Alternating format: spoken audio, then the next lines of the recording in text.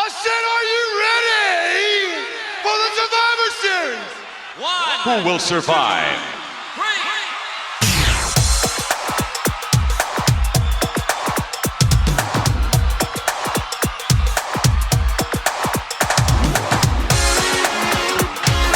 It's 93 and time for WrestleMania. Pump it up, pump it up. It's 93 and time for WrestleMania. Just like that, just like that. Take a look what you've got now. That hacksaw. Just like that, just like that. It's WrestleMania season, folks. We're here live with our patrons and YouTube members, as we will be throughout the week. No pre-show this week. Straight to business, Matt. It's the real season, isn't it? It's the proper stuff this week. It's the proper stuff. The only week of the year we won't have a pre-show, I imagine, guys, and it's worthy of why the biggest. We basically did the 4.5 hour pre-show on Saturday. That's the other. That too, yeah. I think that counts. That was the ultimate pre-show, that one on Saturday, and thank you everyone for that as well. But yeah, no dicking about from me. There's thank God the football was shit, so we can just move all past that nonsense anyway and get straight into it. You know, it's an important week when Garrett's here. Got the full set here. I just really excited, Garrett. The little Dicky Bird tells me you watched more of Raw this week than Matty did, so that just tells me that YouTube promo you cut was just full of lies, and you're genuinely excited for the big shows this weekend. I reckon I've watched more Raw by watching one full episode of Raw than Matt has watched of Raw this year. I mean, I would take that bet. that's usually Benno's rifle to hit me with Gareth. You've been nailing me a few times this year, mate. Come on. A lot of things were said in that pub before we went to your Gary's birthday party. Matty, me and Gareth said this is the alliance to end Bresso. This me and Gareth. I'm going to kill my own creation. Inject it with poison. I think that's how that goes. We'll leave that analogy there. I just thought of that. But yeah, it's fucking. There's going to be a lot going on this week. Obviously, are we all prepared for it? We usually in the pre-show talk scran of the week. It's going to be a lot of scrans going on for me this WrestleMania week. But I heard you put in the I don't know, it was in the Discord or the chat, Matty, that there's 2 big scran days this weekend. No, I've got 7 starting tonight. I think I think that means 8. I've got as many scrans to organise, JP, as we've done these GRAPPLMania weekends. That's where we're at this point. I was shocked myself, even though the 5-year anniversary went by. I had to check the mats 3 or 4 times to make sure we have actually done 6 of these on Grapple, and there's a 7th on Indie Corner. That was in 2018. Oh my God, 2017. I think that's how those mats were. Scary. We're gonna be on a decade of WrestleMania weekend shows at this point, and a decade of scraps. It's terrifying, isn't it, for some of these? And then there's just bits of them where you just walk around like a fucking zombie, having just force-fed yourself a shit ton of indie shows, and you're not quite sure what the purpose of it is. Why? But it's always a madcap time of year and an endurance test. As much, I'm just astonished by the number of this being the 7th one of these. It's like, oh, fucking hell, that's mad. That is, and we're still going. That's absolutely. How much GCW? This is where we just watch GCW. It's like the only fucking time I'm going to watch any of it. How many have we had you for, Gareth, where we've conned you into doing it, and then by day 2 you've been the only one out of us with the sense to go tapping out, lads, see you later. We usually lose you by about Saturday, I think, on these things. I think 2021 I did the full whammy. 2022 I was like halfway. Last year I did about a third, and then I'm feeling like I'm going to be in quite deep this year. I feel like I've got a bit of time on my hands this time around, and so although I'm only scheduled for day 1, I might be making a couple of appearances along the way. I reckon there. I've planning to be off work on Friday this week, so they're sneaking a cheeky few shows during the course of the day there, I'm sure. So yeah, can't wait to bury Bloodsport, as Andy Ryan says there in the chat. I was going to say, his Bloodsport cap on, hasn't he? or his t-shirt. It's your favourite show of the year, is it not, Matt? Bloodsport. That's what you'll be getting the scranning for. I give it that one go, that first year, and there was one. Always, though, every time I bury it every year, one match of Bloodsport actually is in the book, though, Benno, and I can never live that down. So it'll always just have that thing. But no, I'll say it's the worst event of the whole year. It's so bad. And I don't want to go early, but it's wrestling's fake. So why would you want to do a fake wrestling match in a fake fight in a fake. I just get lost, JP. It's just not for me. I'm just not on it. Mate, you're slagging off the Fed there, aren't you, by laying in the GCW early there, aren't you, lad? So Allies, aren't you? I think he's expecting us to defend this here, JP, but we're not, are we? Like every year, it's the excitement around Bloodsport, it's the communal aspect. It's because the first show with it. it. That's why. 9 o'clock. It's in its perfect slot again this year. 9 o'clock on a Thursday. It's when the weekend starts properly, type of thing. And then the bell rings, and it's like it was alright. Yeah, you'll be lucky to get one decent match. Johnny Bloodsport. Oh. Mate, it's not that. It's just I haven't even fully that yet. I asked the guy, where's Super Beast? Where is he? Like that's the bloke we wanted. Super Beast was just he was Mr. Bloodsport for me. He was more Bloodsport than Jean-Claude Van Damme. That bloke. He was just like they were the proper days. Fondling on a mat. Well, it looks different as well. It has that kind of effect to it. So I always think when it comes out, it's And fair enough. As well, it's probably not going to be 3 hours. It's usually like it never outstays its 12. It's usually about 80, 90 minutes, isn't it? We'll see this year. It is GCW. Who knows? But I'd argue that 80 or 90 minutes outstays its welcome. Yeah. Well, I presume from the lot of us, I'm going to be the idiot who stays up for pretty much all of these. We've already made arrangements for the Saturday show, haven't we, Matt? Where it'll be, I'll be just getting out of bed as you've spent the previous 8 hours rewatching before we record our live show on Saturday. So I feel like my kind of scran and plan of how I'm going to do this is going to be very different from yours. For me, it's going to be a case of not much sleep, but that's normal. A lot of trashy food, that's relatively normal. I've been good lately. Maybe I've been saving up for this, Matt. And then I always time it as well. Before we do the recordings, I'll always try and do like a little hour walk just to kind of clear my head. Maybe listen to some other podcasts. I know, Voices are putting stuff out this weekend, and there's others who put content out that kind of gets me in the mood. I need that daylight as well as scran. It's a balance. I was going to say, Ben, I don't put you over much, mate, but you're built for weeks like this, and I respect you and love you for it, mate. I do. He's the one who's built for it. Peter's moving into it. He's bought a house this week in Crosby near Gareth, and I'm just waiting for the call at some point this week. Like, can you help us move in? We'll get in the van at 6 a.m. I'll be like, oh fuck, Joe Jones spring break hasn't even started it. It's going to be this week. It comes always. But how do you explain? I can't explain. That's the other thing. It's my own brother. I don't even feel like I can explain to him. Yeah, so I'm off work from Thursday till Tuesday, and I'm just out of capacity, out of action. Oh, where you going? Nowhere. I'm sitting in my house watching wrestling on the big screen for 7 hours straight. But if you do need to move a sofa or something like that, that you can just pop in round the corner and throw in a bit of IWTV or something like that, and just sneak your phones. Sneak an hour of some people performing in front of like 50 people in the back of a fucking brewery or something like that. But you can get your fix around at mine. It'll be all logging anyway, Gareth, so it works out well. But I think JP and Gareth, you're going to be. I think you'll be doing the day shifts, aren't you, with these shows? I know you've said it already, Gareth, as far as like those like that Defy show that's on in the afternoon and ones like that. Pretty well timed for you. Oh, I love that. This is like one of the best things for me is just the fact that you've got these early shows, so you can just like, just throw them on, even if you're at work, and just throw them on in the background. And it's not like you're fucking sitting there watching some of these like early indie shows, like needing to sort of scrutinize it and think, okay, let's have a look at the let's analyze the match and break things down properly here. It's more just about like, look at the state of that cunt and things like that, isn't it? It's just a point and laugh kind of thing for a lot of these people. But it does just give you that chance just to get some of these shows under the belt like quite early on during the day, and gives you sort of a chance to see some people you've maybe never seen before. There's always one or two gems on the card that you think, oh, I liked him. I'll look out for a bit of him because he's probably working 9 other shows this weekend or something like that. So you can check him out against different opponents and stuff. But it's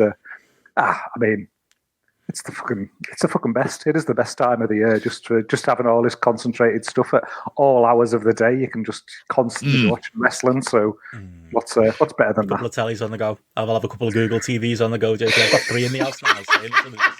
3 Google TVs I've got. All them just different rooms, just at all times. There'll be things going on from a different convention centre. Or where are you there, JP? What's your background for video viewers? Is that so?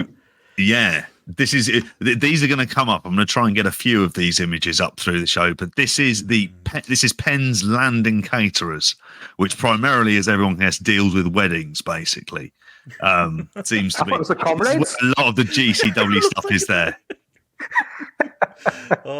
Mate, I looked at this and I'll tell you what, my heart fucking sank. I was like, oh dear God, it's going to be one of those manias. Is it Lance puking outside in a fucking car park at midday? And I'm just like, what? I'm watching this live. What does this say about me? Like, you always you do get to that point with these kind of, but yeah, this is one of the venues. I think it's up against for the other venue is the Attic Brewing Company as well. That's got a fair whack of shows in there, as well as the 2300 Arena for the fancier stuff. But yeah, gonna be going through all of the ins and outs of the various indie shows going throughout the week. So it'll be great fun. Matt, what's your plan? What's your path to glory this weekend? 2 WrestleMania nights and done. Maybe a bit of NXT. Hall of Fame, Ben. Come on. No. And what's the scrum we've been circling that we need to get to that too? Well, I was going to say that to you before. It's one of them, Ben. I hope you don't go to like the same Scrangaff a couple of times. Maybe for your brekkie or your first meal of the day. But let's go. Let's try different. That should be the gimmick. Different places. Mix it up a bit. But yeah, I'm in work. I'm in work. Vegetables, maybe. We'll see. No, see, it should be a no veg week as well, Mania lads. I'll die by Tuesday. Well, no, I'm in work Friday, but then I've obviously got the Monday off, so I'm ready to go from pretty much 6 p.m. Friday, so I'll catch up on whatever Thursday matches I'm picking, and then not staying up late Friday though. But although I might just to get in the body clock, Ben, I might do, so I'll see what's going on. I'll see, but yeah, it'll be just staying up for the big ones really, and catching up throughout the day, as you say, giving you an alarm call, Ben, at about 6 p.m. on Saturday. Just in time for me little Mozos to arrive. Is that where you're ordering from? No, it's grand. You know what? I don't know up to now because I've got a couple of the lads coming round on Saturday, and then I'm going to one of the lads on Sunday actually, because Steph's in work Monday, so I don't want to be staying up till 5 a.m. While I'm a respectable husband these days, guys. And even though it's WrestleMania, and Roman could win again, we put that like to the side and we get out of there. But yeah, it's going to be one of them. What's grand? I don't know, Ben. But obviously, anyone as well, the listeners, let's put them all in the Discord, all our pictures on Twitter. Get in there. Let's see who's got the best ground. Ben away days, Ben Corrigan's usually got a great ground. You got like a tin of spam on the go, Gareth, or something wild as well. I love it. He always throws something. Pizza. He throws something left field in there. It's got like a pizza, nugget strips, and then he'll have like spam fritters or a tin of spam or something. Mad, I love it. I love seeing his scrams for the event. Oh, well, you know what? I'm going to be drowning in Matty. I'm going to be drowning in popcorn, salted popcorn all weekend. No sparkling water allowed as well this week. Have you ever added some Frank's sauce to the popcorn, Gareth? Just throw that out there. It's a delicacy. A bit like adding butter. It works well. There you go. That could be my WrestleMania highlight. It'll be that and the old Penn State sour cream pretzels. They're legendary too as well. Yeah. Good shout, yeah. And I'm probably going to get some of those Burger King flavoured big shops tomorrow. I think Mark get some of them in. Yeah. I found there's a place near us as well that does like proper perfect American buffalo wings.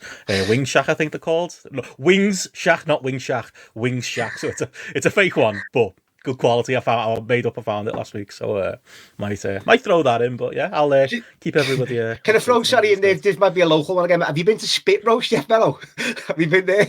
I've been before, yeah. Nice. I like it. The way I went there last night, the wings were good, salt and pepper, and they do a spicy one. So I don't know if you've had them or not. Sorry, lads. Maybe I'll throw them in. Yeah. Everyone around the world come to Liverpool for Spit Roast.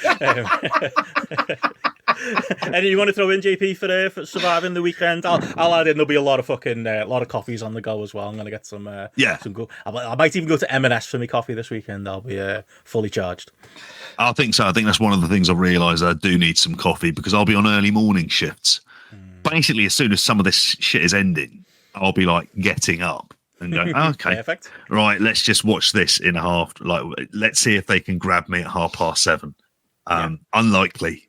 You'll give the sober thought. And that's the way I do it. And then when it hits Mania, though, it's night 2 that my eldest son is coming over, with even Max saying he might come over as well, which seems incredible. It seems like a wind up for that to be the case. Love that. Like if they both did that, but Tommy's definitely interested. So it's like, okay. So do that, and then food-wise, it'll all be Aldi's finest, mate, as it always is, and as always should be. For JP, big I'm WrestleMania intrigued. season. With you saying the lads are coming on, and Tommy, I want to know their snacks. You know, because they might be so different to our He doesn't like versions. fizzy pop. Okay. He doesn't like. I'm just trying to think what he likes. Twiglets, which I've never quite got. Like, he likes them. I don't know, not for me. Yeah, Wild JP. Pair it up with some rascal Marmite, behaviour. Like you. throw in a cup of Bovril. It's the trifecta. That's all. Just different versions of the same Bit too thing. cash for like 1 a.m. He's not 70, Barrow.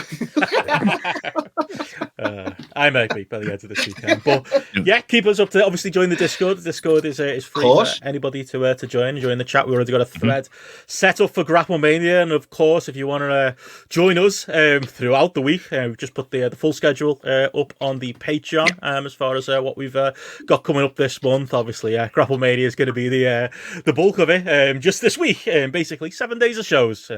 Great value out there. You obviously get this. Obviously, we're doing this preview show tonight. JP will have the Wednesday news dump to tomorrow. GRAPPLMania themed, I reckon, JP. And then we will be live Thursday, Friday, and Saturday covering the week's events, including Dynamite, but also obviously Bloodsport, WrestleCon, ROH, Supercard, Spring Break, whatever else takes our fancy. And then I'll have an extra news roundup on the Sunday, and then we'll have GRAPPLMania Spotlight coming next Monday as well. Full week of content for you out there. So if I don't run out of steam by the end of the week, I think the listeners might well. But that's not enough for you. Obviously, Patreon and YouTube members will also get 5 to 1 this month. We're going to be putting that to the patrons, see what they want to see us cover. Film Club, we're going to be not the film The Rock. I saw that we needed that clarification on the Discord today, Matt.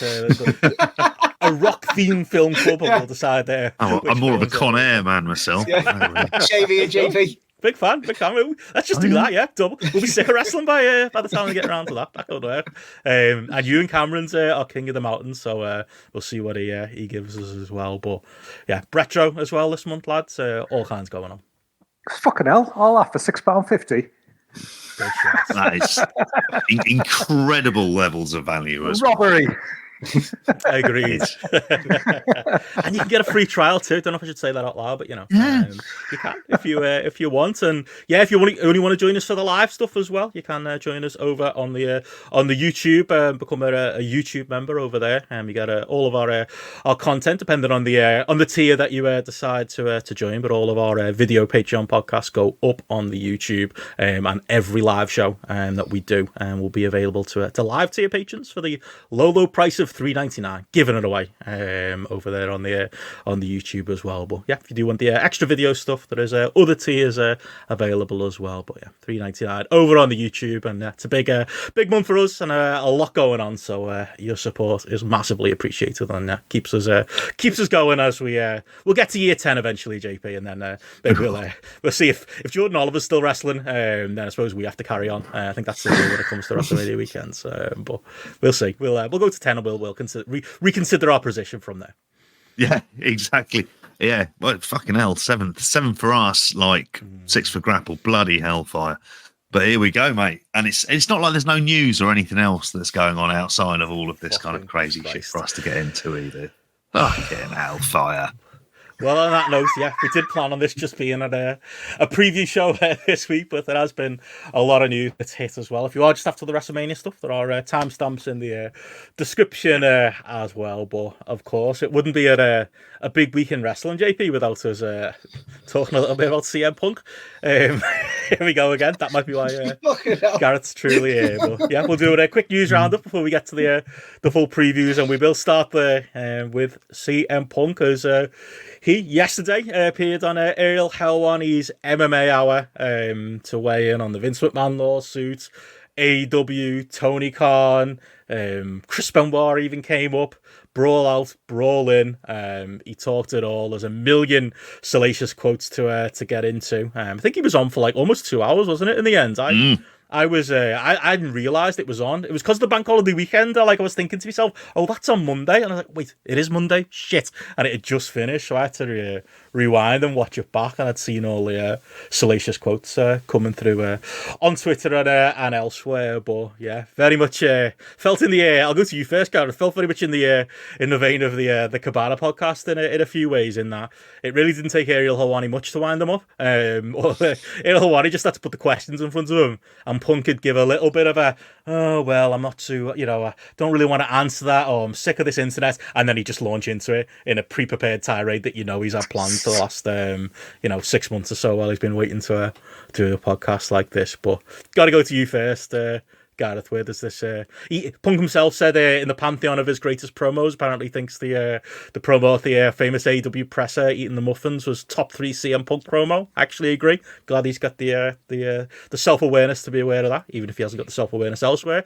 But where does it fit for you in the pantheon now of CM Punk? Not meltdowns, but shoot promo type things or interviews. This was another great entry to Punk. Well, why talk about WrestleMania week when we can all talk about Phil Brooks instead? Absolutely captivating, wasn't it? It was like, as soon as I got up this morning, it was the first thing that I threw on, and like you say, it's like best part of an hour and a half, 2 hours, and just literally could not stop with it. Once it was just classic scenario of him just being totally in the flow, like you say, plenty to get off his chest, having plenty of some decent prompts actually from Helwani, who I'd normally be quite critical of. He was challenging him on a couple of things, or he was probing for a bit more sometimes than you'd maybe expect him to do, and getting it as well. I thought it was a cracking performance for him. But I think the main surprise for me was just how much he just talked about AEW and how much meat on the bones that we got about that, really, because with it being WrestleMania week, I was expecting, oh, here we go, this is just going to be okay, he's going to have a few jibes and this is going to be a bit of a WWE fluff piece to some degree to promote what's going on there. But fucking hell, they talked about AEW for ages, didn't they? And you're getting that perspective on things in classic Phil style. There was definitely plenty for you to be like, yeah, rabble rouse, get on board with him on his side. Plenty of things there for you to think, really, is that what happened, kind of thing, where you can question it. Is that what was going on in your mind, Phil, at the time, sort of thing, just to question things the other way. But at the end of the day, this is the CM Punk we all fucking love, just getting out there, getting a microphone in front of him and just airing his dirty laundry for the world to see, and trying to avoid litigation as best he could, but probably stepping on a few things there that he probably shouldn't have stepped on as well, really. So if anybody hasn't watched this and was only seeing the highlights come out on Twitter, like your one-liners and things like that, watch the full interview, because the headlines on Twitter last night that were breaking through as it was happening just don't do it justice. I think the whole filling in the blanks in between everything that he said was just absolutely captivating, and delivered in his own sort of inimitable way, really, wasn't it? I'd love to be fly on the wall when Tony Khan watch this back, JP, because I'm with Gareth on it, because it's one of them. It's like, we're not blind to it. Me and Gareth, we both love CM Punk, but the man's a walking, there's no other word, the hypocrite is, the contradiction. They'll get mad. Yeah. Oh, I can't believe, they're using insider things on TV. Hang on, how did you get over, mate? Aren't half of his promos are littered with these types of references? Apparently Hangman Page was going to kill the biggest gate in AEW history. Not him, the man who claims that he was thinking of double legging Hangman Page and would have beat the shit out of him. No, not him, who didn't punch Jack Perry, but held him in a, what did he say? Put him in a chokehold. A little bit, as you do. Yeah, that's a bit casual of a, work bit of a stuff. choke, so we were, isn't it? Yeah, fucking. But in his mind, he's right. That's the thing, and it's like, I almost get swept up with it, like watching it, going, oh yeah, fuck yeah, see him, because the promo's so good, because the way he wears it's so good, and then you just sit there for a few minutes and you're like, not sure that holds up. Yeah, that doesn't make sense. What, Tony Khan's not a good businessman? Hang on, aren't we talking about a Wembley show that did, the record attendance all time? There's obviously grains of truth in all of the bits of what he's saying, but I wonder if he believes it sometimes. But knowing him and people like him, I think he absolutely does. It's just maybe the self-awareness can be lacking at times, JP. I think having him on for 2 hours, that length of time, meant I don't know, maybe it was just me, started to really seem like just talking shit now, mate, aren't you? Like that's really how it kind of came across. Incredibly enjoyable shit. Yeah. Don't get me wrong. Like and captive. I'm very well told, but ultimately I'm just like, okay, yeah, like. Because there was stuff where he would suddenly he would just get kind of like almost like defensive, and it was very much in trying to impress his current employers kind of mode. There was like that real undercurrent that was there. Trying to impress the internet event. Like he's so funny because he's the most online man on planet Earth. Like he's literally dropping references. I mentioned Wembley. You know, did he say something like check the turnstiles or something like that? That was the best shout. That was great. But he knows who he's talking to when he says that. You know, like how many times did he reference it, Matty? Like, you know, what people are saying on Twitter and what this and that. Like he must just sit there on his burner all day, just scrolling through, getting angrier and angrier. Like it's so funny. Like that he's one of what he's I think that's probably why people like me and Jamesy and that love him, because he's a message board poster to the end. He's like Tony Khan. He's the opposite of Tony Khan.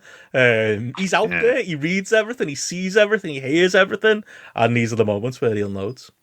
Oh, there's some, just the quote out of it though, I'd just say from the chokehold. I bet you love the Tony Khan stuff. No, but you know, not even the fact that it was obviously against him. It was just good to hear him actually talk about it. Do you know what I mean? As you said about Helwani, he knew when to like just prod him that extra little bit, or knew when to just rein it in after the initial, like, because about 20 minutes in, when it was like, you know, as you said before, it's like, I don't want to peek behind the curtain. If it was anyone else, I'd just tell you to shut the fuck up and not ask about it. So once Helwani learned about how he was going to do that, he did. He navigated it well. But as you say there as well, though, Ben, I'd love to, when Tony Khan hears and sees this, I'd just love to be in that room to see his reaction, because you're waiting for something to come on Twitter, especially Mania week. I reckon he's going to unload, or can he though? You know what I mean? It was Punk allowed to say this? You know, does he care? That's why it's great though at the same time. It was like, when I seen it was 2 hours though, I was like, fucking hell again. But then I did sit down and watch it, and it's like, this is why it's 2 hours as well. So JP at the same time, it's just, he just gets you, doesn't he? He does. Some choice quotes on the Tony Khan bit. Gareth, obviously, as Ewan's got on the screen there, called him a clown. I quit. We can get into the all-in stuff, but obviously talking about Tony being too nice. Had a lot to say about AEW, you know, as a business. Sees it as Tony not running it as a business and as a place for good matches. A lot in there about, you know, how Tony should have, you know, handled certain things. Well, some justified, some not. A lot of points that we've made ourselves, you know, about, you know, when it came to the split, when it came to Collision and Dynamite, we were all saying that wasn't going to work. Sounds like he thought that. Thought it was a little bit bang on to expect Tony Khan to come out and try and discipline Jack Perry in the middle of his biggest show ever. That felt like a lot that was expected of him, but a lot of justified criticism I'd say in there. But yeah, lots to come out and lots to pass in the Tony Khan and CM Punk relationship from this. And yeah, Punk's opinion on Tony doesn't particularly seem too high, even if, you know, it was littered a few times with, you know, it's almost like a bad compliment, isn't it? He's too nice. You know, I suppose there's worse things you can say about someone. Who stocks that? It's all in. It's the dog. the fucking dog. Al Green is it, Gareth? Any other week, that would be the title, wouldn't you? I've got my old... Got my own kennel in the cell match going on here. But that's when we know Punk was fully online. If he started making Tony Khan wanks jokes, and then we know we're in. Like, we know he's out there. He's watching the Well, Larry's under an NDA, isn't he? So who knows? But, apparently. But I mean, to be honest, I was listening to it and I was thinking, isn't this just like... I was like, is this me speaking? It just felt like me, just like a lot of the things that I've had about Tony Khan, like recently, since you know, a lot of the stuff around the handling the business, the taking the control, the looking a bit weak, you know, not being a like. You know, having the authority and things like that, being a bit more of a, you know, essentially a money mark kind of thing at the end of the day and things like that. But you know, it's just a lot of feelings that I've had, and it was just interesting to just see him say exactly the same. Right, I'm going to go and throttle that dog. Again, words spoken backstage at AEW, JP. That was an outstanding gag, mate. But it's Couldn't have been done. Well, what is it he said? He said he's a nice guy, but he's not a boss. And it is. We see how he's responded. He's all right. I'm going to show you I'm a boss. I'm going to sack a load of people. We'll come to that story in a little bit, but it does. I don't know. Like, this is the problem. It's all just so tinged with it's bullshit, but at the core of it is like a very truthful statement, which is AEW is disorganized. We kind of know that, don't we? It exists inside one bloke's head. Like, for large swathes of it, it's been one guy deciding everything. And so all of a sudden, he's like all of the various, like, it not being run as a business. He needed a forum to say it. And I think WWE would be happy that he says it, because it's almost like it's invading kind of like AEW space, doesn't it? Like, in a way, it kind of takes over a news cycle that very much the hardcore online fans, it's like the discourse is always so much about AEW and stuff. And I think just having this out there kind of provides the kind of fuel to the fire for the various content creators to be kicking off, and all the things that they've hated about AEW, they get to say it, and no one comes out looking well. But it's it's Phil though, isn't it? It's telling to hear him talk about, like, you know, AEW is going after basically saying a niche internet audience, talks about the AEW business model not being sustainable. Basically says, you know, at one point, doesn't he, Gareth, you know, it'll exist as long as Tony's willing to put money in. Like JP said, there's some truth to all of those statements, but there is also the counter of, you know, if AEW get this gigantic TV deal, well, then what? If they run another, you know, massively successful Wembley show this year, then that probably runs a little bit in counter to him, but you can't get away from the fact that there are bits of truth in there. It does sound like a sloppy shop. It does sound, you know, even down to the whole Wembley stuff about, you know, his story about getting the tube to the show and stuff like that, or more damning, talking about, you know, his injuries and, you know, again, this again is Punk's version of the story, and talking about how he didn't get any help with the injuries as far as arranging, you know, treatment and stuff compared to what he got in WWE. I think you can tinge it a lot with, you know, a somewhat bitter man who knows what he's doing and knows what he's doing with the news cycle, as JP says. But as you said before, a lot of truth to it too. That the types of talking points that I think we would say. I think those were some of the things there where he's talking about, yep, no one was in touch with me at all. I had to look after this injury myself. And then meanwhile, it's, we're having these conversations about this extra TV show and, and how things were good. And you're like, well, who were you having them conversations with then if nobody was talking to you at the time and things like that? That's there was a lot of contradictory points there, kind of thing that, you know, there was a lot of holes in the narrative there. As much as I was in full support of him, like 90%, 95% of what he was talking on about there. But from that, like, the business point of view, I mean, the reality is that's the impression you get. Like, at the end of the day, it is just a juiced up, you know, it's a super indie, isn't it, on TV? Like, at the end of the day, and I think a lot of I think the direction that it's turned now as well, as they've gone back to, we need to satisfy the internet fans by moving away from stories, and let's just throw in out matches and things like that. That's dream match after dream match. All right, Bryan Danielson against Shibata, great. You know, sit down, turn the telly on, and watch it. Awesome stuff, sort of thing. But, you know, at the end of the day, you know, you look at the TV ratings and things, and it's, you know, you're almost like satisfying this idea of there probably is 800,000 hardcore wrestling fans out there in America who want to watch that kind of product live. And, you know, so from a business sense, if they then get the TV deal, that's, you know, means that it does turn a profit and things like that. And then the short term investment is worth it in terms of what pays off, then great. As you know, you don't have to be the biggest promotion in the world or anything like that. You don't have to be the best business making thing in the world. But if you're satisfied to be, you know, generating a certain amount of money, putting on a wrestling show that is, you know, to your tastes and it's sustainable, then maybe that's fine for them, kind of thing. I suppose the other flip side of that is going to be, if they don't get this TV deal, then, you know, how long are you prepared to burn that dough and kind of just, you know, keep plugging away just to be right? I almost feel from Tony Khan's kind of spoiled rich kid tirades on Twitter when something doesn't go his way and he comes bouncing back and barking at people. I feel like he'd sit and burn money for 10 years to try and prove people wrong, kind of thing, you know, just to keep going. And he's got the money there to do it. So my view, it's probably not going anywhere anytime soon. But which wrestlers would want to work there versus the WWE if that's the case, kind of thing. And you know, the eyes on the product are lower and things like that. It's you know, totally changes the landscape of where things were. But it was just that someone not wanting to peek behind the curtain, giving you that fascinating peek behind the AEW curtain anyway. Yeah, that's it. We learned plenty, a little bit about Brawl Out. It was a lot of stuff that obviously we've heard before through news stories, and as much as he's at it, takes every opportunity to take a sideswipe at the media. Specifically, feels like Alvarez and Meltzer get the bulk of the grief. He's saying a lot of things they reported, when it comes to, NDAs and, what happened at Brawl Out and all of that stuff. I felt like his comments about Larry made me feel like Larry was definitely, still don't think Ace Steel did that bite. That's my own personal conspiracy theory on that whole situation. He gave the game away a little bit there, but, his details as far as what he said about happened, backstage are all in.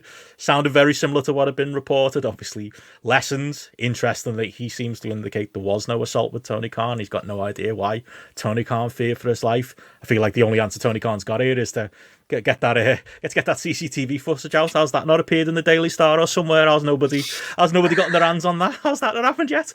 But it was like a slanted his version of events, but pretty much what we've got reported. It was just fascinating to hear him kind of run through it all, and it wasn't all negative when it came to AEW. Obviously tried to double back, didn't he, at the end, and be like, but I've got all these great memories and the good outweighed the bad, and I got to work with Sting and Darby and FTR and people like that. Mostly praised MJF while also kind of having a go at him, going after that niche internet audience, the niche internet audience who recognised his AFI theme and the whole half of the references in that feud. Fair enough, mate. Yeah, it was MJF, so I felt that you were leading into the internet fans, absolutely. But I suppose it wasn't all negative, but fascinating the AEW side.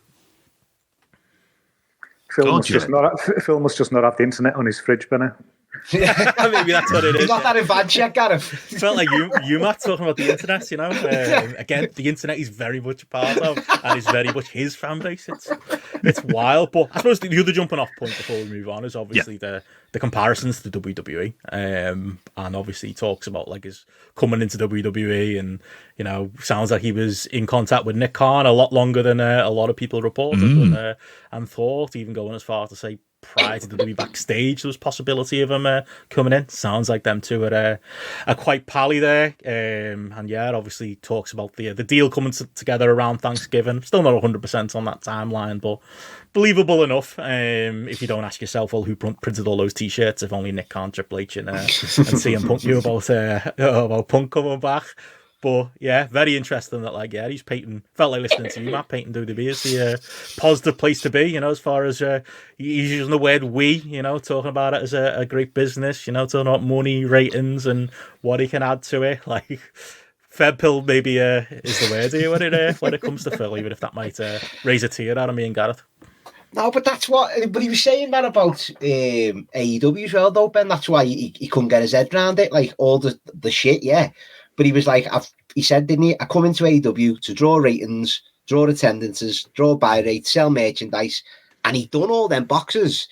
And then, as you say, this is the thing about him. It's like, but he's the one who ends up going. He couldn't get his head around that. That, like, obviously, he's chose the other guys over him as well. And him just talking and the we with WWE, Benno, is just, yeah, it's mind blowing, really, isn't it? To be honest with you, he does.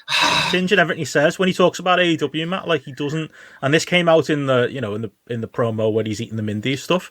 Like he's talking about Hangman Page like he's done nothing. I mean, he's AEW World Champion. He's talking about AEW like it's done nothing. I mean, it was the biggest show he'll ever have. No offense to you, Matt, he'll ever work. Biggest crowd he'll ever work in front of at Wembley. But none of this seems to mean anything to him. To it, he very clearly sees himself as like he belongs unbelievably in WWE, and it feels like he's felt that way for a while. To him, that is the big time. As low as a statement as that is to put to you. But also I go on what he wanted. It's like I'm defending CM Punk here, and I'm like you and Gareth here, Ben. But it's like he wanted to be that guy, didn't he? Of like taking the youngsters. Obviously, he wants everyone to think the way he does because he's that way inclined. But like he wants to take the younger guys and under the wing, and he felt like he was doing that at the beginning of AEW. That's why it was all the game show host weren't happy to be here and all that for like 9 months, and then it started going south. Whereas in WWE, like he said in the interview, it's like he's never met these youngsters who started after he left. So it was nice to meet them. Obviously, he knew Bailey and stuff, and Bailey got a few mentions on this one. But it's like he seems happy in that regard, Ben, trying to help out the younger talent. Obviously, we've talked about last week, wasn't it? It could all end next week. It could all end next month, and that's the beauty of him. But he does genuinely seem like he's happy and in a good place. So let's see how long it lasts. Sounds like Triple H is the one behind. He said a couple of times. Triple H doesn't think I'll go far enough. Like Triple H is the one needling him. Like imagine that conversation they had. Was it Zoom they had on JP? That big catch up chat. I always thought it two of the same. Them two sides of the same coin. Triple H and CM Punk. And yeah, this made me think. Maybe think he's even more embedded than we thought. He probably get away with murder, but in a very different way. Sports entertainment, Phil. Make no bones about it. That was what he was kind of like. It felt like he was advocating for when he was talking through this bit. I mean, I haven't heard like all of the interview at this point. I'm like sort of like an hour and a half in. It's a substantial piece of work, but at the same time, he is like the amount of like the stuff, like the relationship with Nick Khan. I don't know. There was a lot of that stuff where I was thinking, okay, this is like he was being. I don't know whether or not he was trying to be somewhat guarded about like the whole business side of it, because he was trying to make it sound like he had leverage, whereas realistically, for the money he wants, that was the only place he could go to. And I think there was like, you know, it was interesting, like when he spoke about them possibly going to Chicago and the rest of it. It was very, very like the WWE stuff it felt rather muted, but still like very, very positive at this stage. And like Matty said, how long is this going to last? Like if he's there by the end of the year, and then let him kick off, because who's he kicking off at? He's kicking off at AEW, so it serves a purpose for them. Let Phil do that. Let Phil dish out all the shit and deal with all the grief. Like, he can be a magnet for that stuff, so they can kind of watch on from afar as he sets the kind of like narrative of how he feels his AEW run was. It was interesting though, because how many times has he actually been backstage so far? He's only been on about 5 shows, hasn't he, or something like that. So he hasn't had a chance to. He hasn't had a chance. Down the PC more, Gareth, hasn't he? The backstage, to be honest. It was the bit that made me laugh was where he was talking about the harmony backstage and how it's a different backstage and stuff, and that was all because of him. Yeah, he credited himself with that because of what he did 10 years ago or something like that. So now it's all changed backstage because of what I said 10 years ago. Like, oh, well done, Phil. You've had a good decade's work there, mate. And he said the same about AEW as well when he came in, didn't he? That was pretty much what he said. Oh, it's a great locker room of young guys who remind me of me and who want to learn and stuff. But I was going to say, finally, before we move on to the next story, which does tie in, I think the other biggest takeaway out of all this was the Vince McMahon stuff. Like, gotta say, like, you know, Matty alludes to me and Gareth being Punk defenders there. I don't agree. We both love him, but we can both see when he's at fault, and we both will give him it with both barrels when it's deserved. Where I think he does deserve a little bit of credit, I think he handled the Vince stuff better than anybody out of WWE has. Maybe that's because of his position or the fact that he knows he can get away with it, but like, even just saying the words Chris Benoit and I couldn't believe it. Like that, I could not believe that. Like, as soon as he said those words, I was like, Jesus Christ. But I feel like he said a lot of, what was the quote, Gareth? You know, he ruined his own life, ruining other people's lives, I think is how he worded it. He was very strong, you know, on the Vince McMahon stuff, and you know, rightfully so. Put the you know, the attention and the focus on that question, on the victims involved, and you know, and caring about them, but didn't really mince his words when it came to Vince. There is again the caveat of he came back to WWE when Vince was there. He had that, you know, he talks about having that little interaction with him in the gym where he has the awkward hug and then never hears from him again. But yeah, as strong as we've heard, and yeah, couldn't find you know, I think the comparisons to Benoit were actually pretty apt when he put it like that, and yeah, good on him. And Ariel Helwani was pretty damning of Vince as well, which surprised me too. That was definitely a positive coming out of this. very blunt, wasn't he? He was very forthright as well. And you think like in a situation where, you think you would need to tiptoe around it and certain things, he was very much kind of like, no, I haven't read the whole thing, but I read the text messages. That was good enough for me, kind of, you know what I mean? Like he was being quite fact-based almost of like, yeah, he's guilty, he's wrong kind of thing. And Helwani was on to throw in a few allegedly's here and things like that, to sort of tiptoe around it and cover their arse and things like that. But Punk wasn't doing that at all. And like you say, again, drawing that parallel with Benoit, on the horrific scale kind of thing, like literally right at that end of it as well. I thought that was really, really strong as well. And it was just great just to see somebody actually, within the company, just be prepared to put the fucking balls on the line and come out and talk in that way kind of thing and treat it with the, that level of sort of like honesty and seriousness that, a lot of people don't and kind of, hide away from it really. So again, it was, that was refreshing sort of thing as well, just to, classic, Punk been Punk from that point of view. But again, just one of those. Hopefully, it's because I think it felt like this week was almost like in the media an element of trying to turn things back the other way a little bit, kind of thing, with obviously the New York Post like letter and things like that. But again, it's just it was good to sort of keep it there, sort of front of mind and forthright, because a lot of people are going to be watching this interview. Definitely. It was obviously front of mind for him and something he'd gave a considered answer for, so I was glad to hear that, but fuck me. But again, another one of those great 2-hour CM Punk promos. It's going to be everybody else's fault that a load of news stories come out of it and a load of quotables like this come out of it. But yeah, just Phil being Phil. But yeah, on that Vince point, JP, as Garrett said, we've had a little bit more news there, courtesy the New York Post. Oh, sorry, you're muted, JP. Really bizarre story, this one. There's the first one of those for this evening. It's basically about how she wrote a 6-page love letter to Vince McMahon, but she claims that she was coerced as well. And I don't know. Having reading through the story and reading through the letter, it feels like somebody who's been forced to write a letter, if I'm going to be frank about it. But yeah, this is Janelle Grump. Crazy. Oh, like it's literally lifted, isn't it, directly from like films and like interviews and stuff like that. These paragraphs of like nonsense. A GQ interview with Megan Fox and Machine Gun Kelly. Yeah, like it's just taken from in there as well. It's really, really like kind of bizarre. Obviously, there has been a in terms of her attorney, Ann Callis, that she has said as well, this was part of the coercive demands and was written on his orders. And can you believe that to be the case? Absolutely. That feels like almost like that is the case.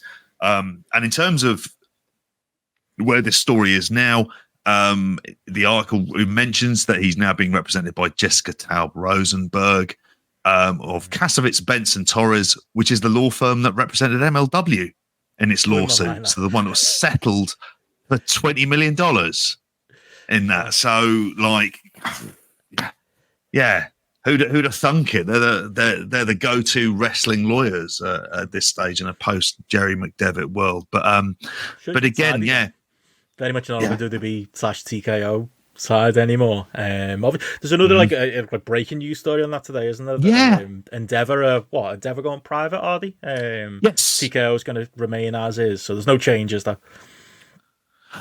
So there's nothing with TKO at the minute. TKO is staying public. This is the news that it was a private equity firm, Silver Lake. They owned 71% of the shares anyway, and they've just taken it entirely private, which they'd have enough of the percentage of the shares to be able to do that. So effectively TKO stays as it is. Quite how that affects Endeavor, by all accounts, and it's just reading little bits, they were annoyed with the sluggish kind of like share price around it, and the share price did go up somewhat as well. So they were doing part of like a strategic review, but you know what? They're still a massive multi-billion-dollar entity, and they've got all this kind of like stake in everything else. So yeah, like from a business perspective, like I imagine they're just wanting to kind of completely rinse into the ground. This is their cash cow for Silver Lake by them owning Endeavor because. Yeah, and it feels like, to go back to like the Vince stuff, like this feels like, what it's described as from the Grant side, that this is Vince, using, something that he did to try and defend himself. It doesn't read as legitimate. I don't think it is contrary to the allegations. It fits in with the pattern of, what that relationship was. I don't really think it changes my mind on anything here. It's just, as Janelle Grant's team have said, it just makes you think like, yeah, this is again another example of what he's capable of, like the monster that we're dealing with here. And obviously, of course, his legal team's going to do whatever they can to cast doubt on the allegations. But this did feel like a concerted campaign to see people who maybe aren't as tapped in as the rest of us to just run with the headline and go, see, there she is sending him love letters. There's no way any of this is true. But if you dig below, you see more. It's a bit like I listened to the Joe Budden podcast. Like, it's a hip hop podcast, but by all intents. And when the Vince allegations came out, like, they're just picking headlines and they're going, well, this girl's totally a liar, and look at this, look at these text messages she sent and things like that. That's the almost the audience they're trying to appeal to here. This is the tide they're trying to turn. It's a legal tactic, is what it is, and it's good at least that obviously cold water was thrown on it straight away. And I know Janelle Grant's legal advisor is on Pollock and Thurston tomorrow night, isn't she? So forward to her, Ann Callis, isn't it? Forward to her, Ann Callis, yeah. Forward to hearing what she's got to say, but I don't think it really changes anything. It's just the legal battle playing out in front of us, isn't it? Yeah, I mean, we know he sold some more shares the other week. I mean, he's still got like hundreds of millions of dollars still wrapped up in TKO, but like I think that's it. It's going to be like a long battle, but like these kind of things, where's the power dynamic? Like the idea of him coercing her into do it, that feels like what Vince McMahon would do in a situation like that, isn't it? It's 100%. So, and it's going to be hard, like with his character and everything else. I just find it very hard to think he could. I don't know. I feel like he's banged to rights on this one. Thank God. Definitely. And those text messages her team put out as well just make it very clear what this was. But I suppose moving on from there, another WWE related story. Again, it's been a fucking busy week. Clash at the Castle apparently is coming back. Not from Wales, Scotland this time, Saturday the 15th of June, 3 days before your birthday, Matt, and 4 days before mine. Just to put it out there if anybody wants to dox us. But always weird that your birthday's the day before mine. And Gareth and JP's birthdays are right on top of each other as well. Yeah. What a strange bit of business that is. But yeah, obviously coming back to Glasgow at the Hydro it is, so it's it's only an arena, mate, not a stadium. But nice. JP's pointed out, and I didn't realise. Better atmosphere. Oh, okay, yeah, fair enough. That's what you get now. Yes, we won't have somebody in the background ordering a buck fast from the bar or anything like that. No, I'm just saying it's all right. You got 120,000 over the weekend. We're all we're going to throw numbers out there then. We're all good this week. But obviously, JP's pointed out it clashes actually with the Euros. So Germany, Scotland is going to be for the SmackDown the night before. That is obviously. So it's going to be a fucking weekend in Scotland. You're already planning to make your trip up there. Oh, it's going to be fucking majestic, this, isn't it? Like, fucking we're all going to have to go up there for this. Although, where is the castle at this one? At this stage, is there That's a good point, any actually, castles actually involved? That was the first thing that came to mind. I was like, Google Maps it. Well, I'm sure there's a castle in Glasgow. I'm sure there's loads around there and whatnot. But at the same time, what does it mean? What kind of mood are people going to be in, depending on Germany, Scotland? Like, they're going to hopefully kick off. That'll be quite fun. Like, I'll tell you what, though, lads. You can put any heel on the roster against Drew at that. There'd be no bigger heel than our Gareth. Imagine if with that arena there. Wrestling Gareth. The only one doing Drew. You won't get out on skate, Gareth. Do you think you'll say this, Matt? Have you asked the Ogdens if you can sleep on the floor yet, or have you made any plans? Oh, Andy knows that. That's an unwritten rule.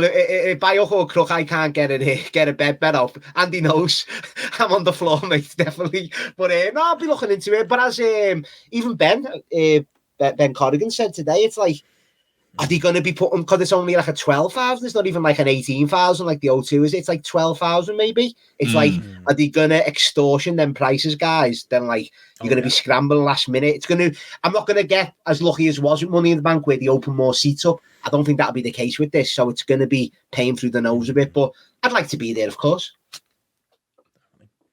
Well, yeah, on from there. Last quick news story, JP. Yeah. Tony Khan can't stay at the headlines this weekend.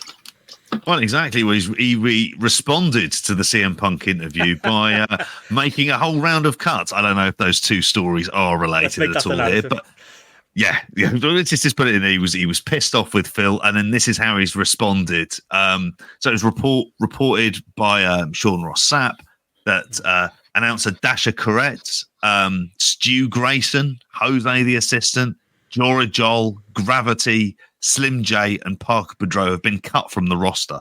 These are releases. This is like their contracts are being cut early in some cases as well. And then PWS Insider additionally reported that the boys who are part of Dalton Castle's act and Anthony Henry, one half of the Workhorsemen, had also been released in there. And according to their report, the idea is that they're evaluating their talent roster and making cuts to benefit both the company and the talents. And those releases become free agents immediately, so there wouldn't be a no-compete in there. So, yeah. I think the most notable thing here, it's like, I think gone are the days where, we'll cut a ranty podcast about wrestling releases. I think the pandemic was a very different kettle of fish. And as people who constantly talk about AEW being overstuffed and having too large a roster and not taking advantage of the roster that it's got, like, it's hard for us to then turn around and be like, well, they shouldn't be releasing people, that's ridiculous. Where I think there's an element of a story here, there's a couple of ones there that do stand out for me. Anthony Henry's a big one. He's injured right now. I know he got injured on an indie show, but AEW allowed him to work that indie show. That's a bit of a grey one, that one. I'm not, don't know if that one's morally, up to scratch. Apparently the Stu Grayson one, there might be, more to that story with regards to making date, because he obviously only came back last year as well. Mostly it's a bunch of names that, weren't necessarily getting used in prominent positions by AEW anyway. But I think where there is a bit of a news story is just the idea that, like, AEW, or at least Tony Khan, said they weren't going to do this. Like, they were going to see through contracts and they were going to be and that was, even if you just look at it purely as a way to get wrestlers in the door, you get a contract from AEW, it was supposed to be worth the paper it was printed on, even if we decide we're not going to use you anymore, even if, we decide we're not going to renew your deal, you will see out your deal. And a lot of this is, as you rightly say, JP, where this differs from the normal stories. Usually those deals run out, people don't get renewed, and again, there's little bits of communication issues and gripes still through that method. But it felt like a bit of a moral step up from the way WWE do business, which is, again, eerily similar to this in that it's WrestleMania season, and just on the sly, let's cut a few names and cut a few contracts short. But I think that's the only point where there's a little bit of a bone of contention to me. Like, am I going to Jose the assistant? Was there a slight part of me not wishing ill on his family, but just generally hoping Alex Abrahantes might be part of this? I cannot confirm or deny, but I think that's where there's more of a story here. I think so, and I wonder whether or not this is on the back of them having a new COO in place in Kosher Irby, and this maybe being part of the remit. He's been there a few months, and I imagine and again, I know this is the wrestling side, but there'd be a word there. They would look and I think, say, is there waste? Is there people that we can necessarily cut? Andy mentions there in the chat, I was very surprised about Dasha. I actually thought she was really good as a ring announcer. And you generally need two, because anything can happen. If their voice goes, then who else have you got? You kind of always need one. You always need two generally. And I think WWE do it seamlessly these days. They kind of just like interchange between the two ring announcers who are both perfectly fine.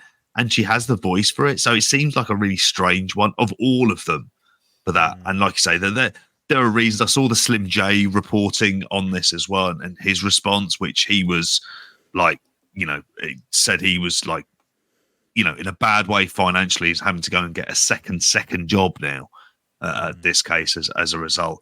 And, and Anthony Henry talking about whether or not he's going to be quitting, whether or not is it going to be for him, because obviously he's sidelined, like you said early on, he's got a fractured jaw at the minute.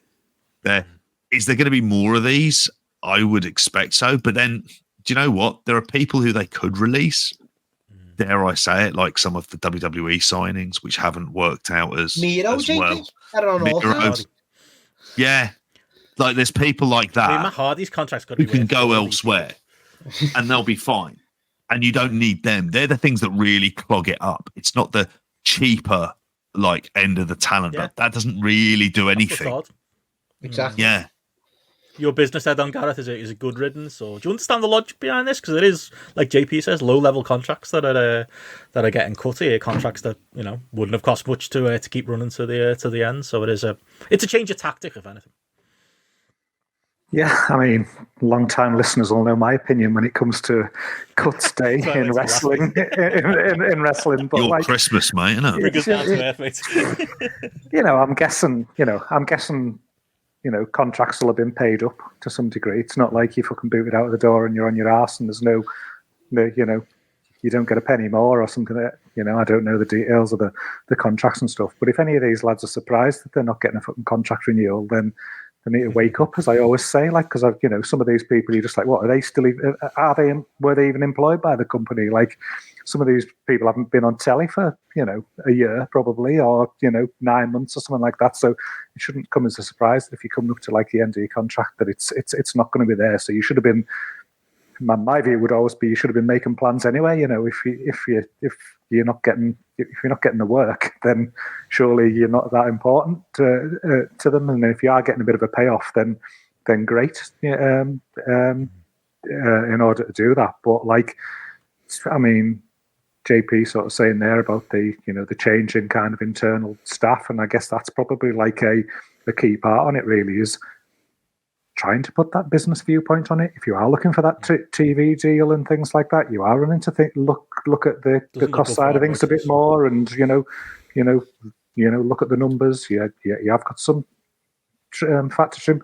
And what are they supposed to do? Just employ everyone forever and keep them rolling over on their contracts at all times?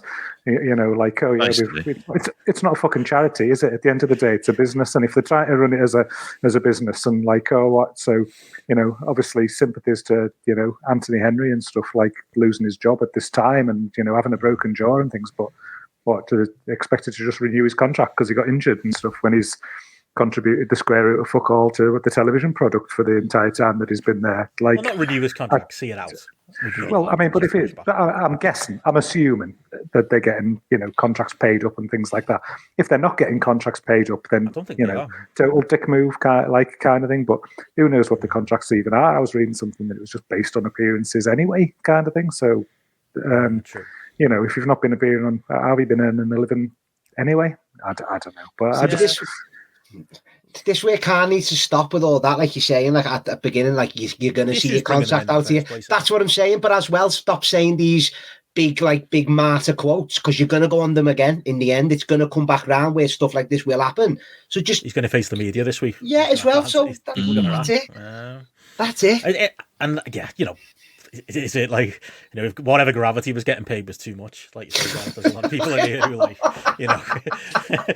who had the shot and they were done. Slim J, loved him back in the day. I mean, couldn't believe he had the contract in the first. A lot of this is like, it's Tony Khan collecting toys is the problem in the first place, and there is the human effect of it. People uproot their lives, move to somewhere where they can take up AEW, and there is that cost side to it. But it's a lot of people, with the obvious ones aside. I do think, Anthony Henry, again, would be sympathies with him, not only for the jaw thing, but also for the fact that Workhorseman was supposed to be in this tag tournament. And that, to me, that says, well, if you're going to be in that, clearly they had the use for them. Similar to the boys, they're doing a story right now on ROH TV that involves the boys to build up to this pay-per-view at the weekend. So, for those guys, I think that they're going to be a bit more surprised, but absolutely point taken when, you're a Parker Boudreaux. You must have seen that writing on the wall at some point, Don't even know who Jorah Joel is. Does anybody know? Like, Jorah Joel? No idea. Is that a man or a woman? I don't even know. I don't even know. Like, I will... I wrote that name on a spreadsheet about 2 years ago. I remember. But, since on AEW Dark. It's one of those. It's one of those as well. Like where people go, "Oh, Tony Khan." It's I give Tony Khan a lot of kicking on here when I come on for a lot of different reasons. But just because somebody says something 5 years ago They shouldn't be held to it 5 years ago. Things change, the landscape changes, the business is different. What AEW today is different to what it was 5 years ago. Just because you say something half a decade ago doesn't mean to say that you have to live to those rules forever and ever and ever. Yeah. So but you're right, Gareth. You've got to pay what's dealt in front of you. But he won't come out when it's negativity like this, even a slight bit like this, like Ben will say and face the media. I bet you he dismisses it. You're right, people can change the views, but he won't come out and say that, though. But he's all right saying the good side. Is my point with Tony Khan. He can never come out and own it, and that does my head in. That's what Vince does. That's what Vince always did, though, didn't it? There was always people. That's what I'm saying, though, JP. Exactly. So don't do it in the first place. You're a wrestling promoter. You're going to go against your word. This kosher Herbie will be the one doing the hard fucking work and sacking people here. Like he's the one who's going to Somebody else. Just handle it. Let him handle it this week. Let's see what he does if he's got a set, and I'll handle it this week. I think we're on dodgy ground compared to Vince McMahon to Tony Khan. No, I don't mean that. I know you mean it like that. Of course.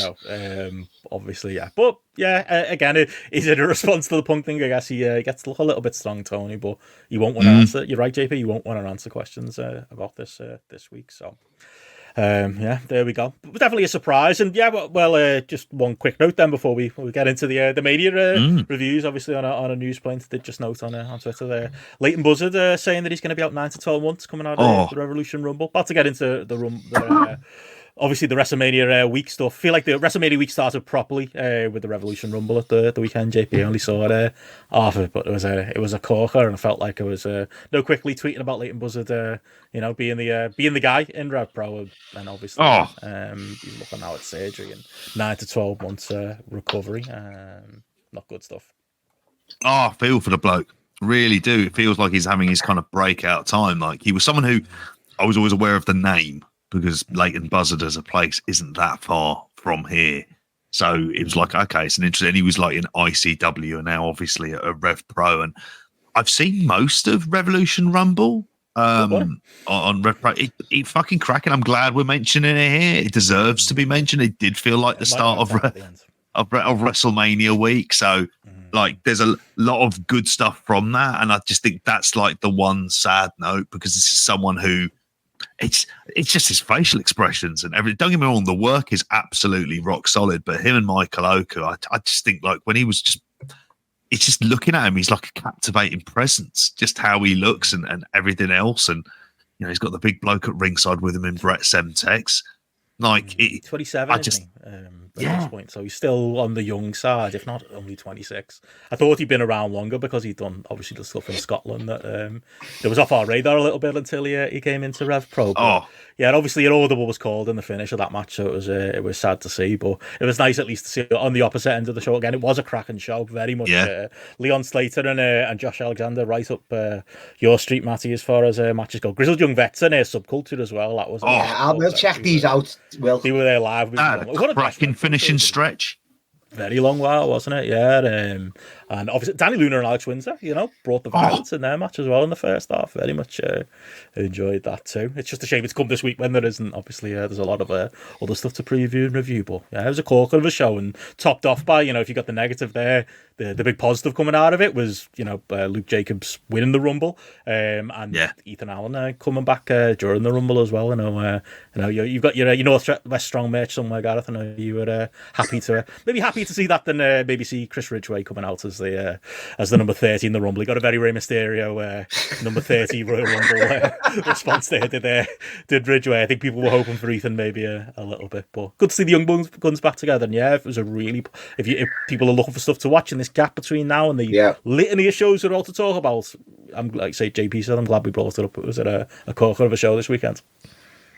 I'm looking forward to watching it. Like I didn't manage to watch it live. I was like, I think you said on the show the other day, I was toying with driving down, on the day and driving back, because it just felt like a hot show. It just felt like an important show, and that's the way Rev Pro sort of feels right now. And then when you look at like the images from the event on Twitter and things like that, you look at the stuff that happened, it just feels like everything's just like clicking into place for it, and it's just got me obviously excited for announcing the Copperbox show and things like that. Like it just looks like everything's just rolling in that right on sale direction now, aren't for them. Yeah. Yeah. And it just like I say, it just feels like every big show at the minute just feels like they're just knocking it out of the park. Everyone's speaking so positively about it, and it's how good is it? How good is it to have like a British wrestling promotion that's doing that, that's well booked, that's drawing big crowds, that's putting on matches that you can be like excited about, that's elevating the right talent in the right way and things, putting together storylines behind it so the stuff that happens makes sense and that is meaningful. It's almost like everything that you want out of wrestling, and RevPro's doing it, and they've been doing it for a number of years now, coming out of the pandemic with all the groundwork that they put in place there. So like, I'm as excited about watching that, catching up and watching that Rumble as I am anything this week, like absolutely anything. One of RevPro's best undercards, I would say. The Rumble's a Rumble, your mileage might vary, but everything else under it thought was pretty much good to great. So yeah, definitely check that out. And yeah, obviously a couple box tickets went on sale this week as well, so I've seen a lot of people going for it. And I did hear one last point as well, JP, that a lot of positive reviews on the bar at York Hall this time out. And positive, even on the security, a couple of negatives too, but overall positive. So we'll be back at York Hall sometime soon. I think so, and I think if one of the things, them not running York Hall as much and them running Crystal Palace gives them the point to say, well, because I know obviously it's the same company, but they'll be wanting them to fulfill a certain amount of dates. And if they're not doing that with RevPro, and they're just going to go, actually, we're going to go somewhere else because it's a lot less grief and it's a lot bigger like profit margin, and you wouldn't fucking blame them. But I don't know what the crowd is for this because I'm assuming it didn't sell out. I wanted to say, was it? It looked a little bit. I mean, I'm not quite sure on the numbers. Was it like sort of 800 to 900? Did it feel around that? I'm probably relying on Andy in the chat because he was actually there. But that was on an Easter Sunday with a fuckload of potential travel issues as well. Yeah, exactly. With all young guys and Josh Alexander doing a fucking job as well. Like, I mean, bloody hellfire. Like, I'll say he didn't come in and put over some of the young lads. Yeah, around 900. So. Like, they're doing well. Well, that was our unofficial start to WrestleMania week was RevPro, but that takes us in, folks, into the full previews of this week. And if RevPro started things Sunday, Raw continued it with Raw last night again, of which I still can't believe Garrett's seen 3 hours of, and sounds like Matty's seen 20 minutes of. But we'll get into it, Matt. That was Rock's entrance, really. They were the only 20 minutes you needed to see. But yeah, obviously we're going to go through the Mania week. We'll start with the WWE shows because obviously that's the headline of the week with Mania, and then we'll go through the day by day of everything else. But yeah, before we do, thoughts on the go home to WrestleMania here in Raw. I'm not going to Matty first. Gareth, as our WWE correspondent, what did you make of the final build for the big matches with the final boss and that other bloke in trackies who knocks around with him? Thoughts? Can't be arsed with you. Starting early. I'm scared now, aren't I? He's actually here live. I'm here now, Gareth. Watch your words, my friend. He's here, like, come to get me, but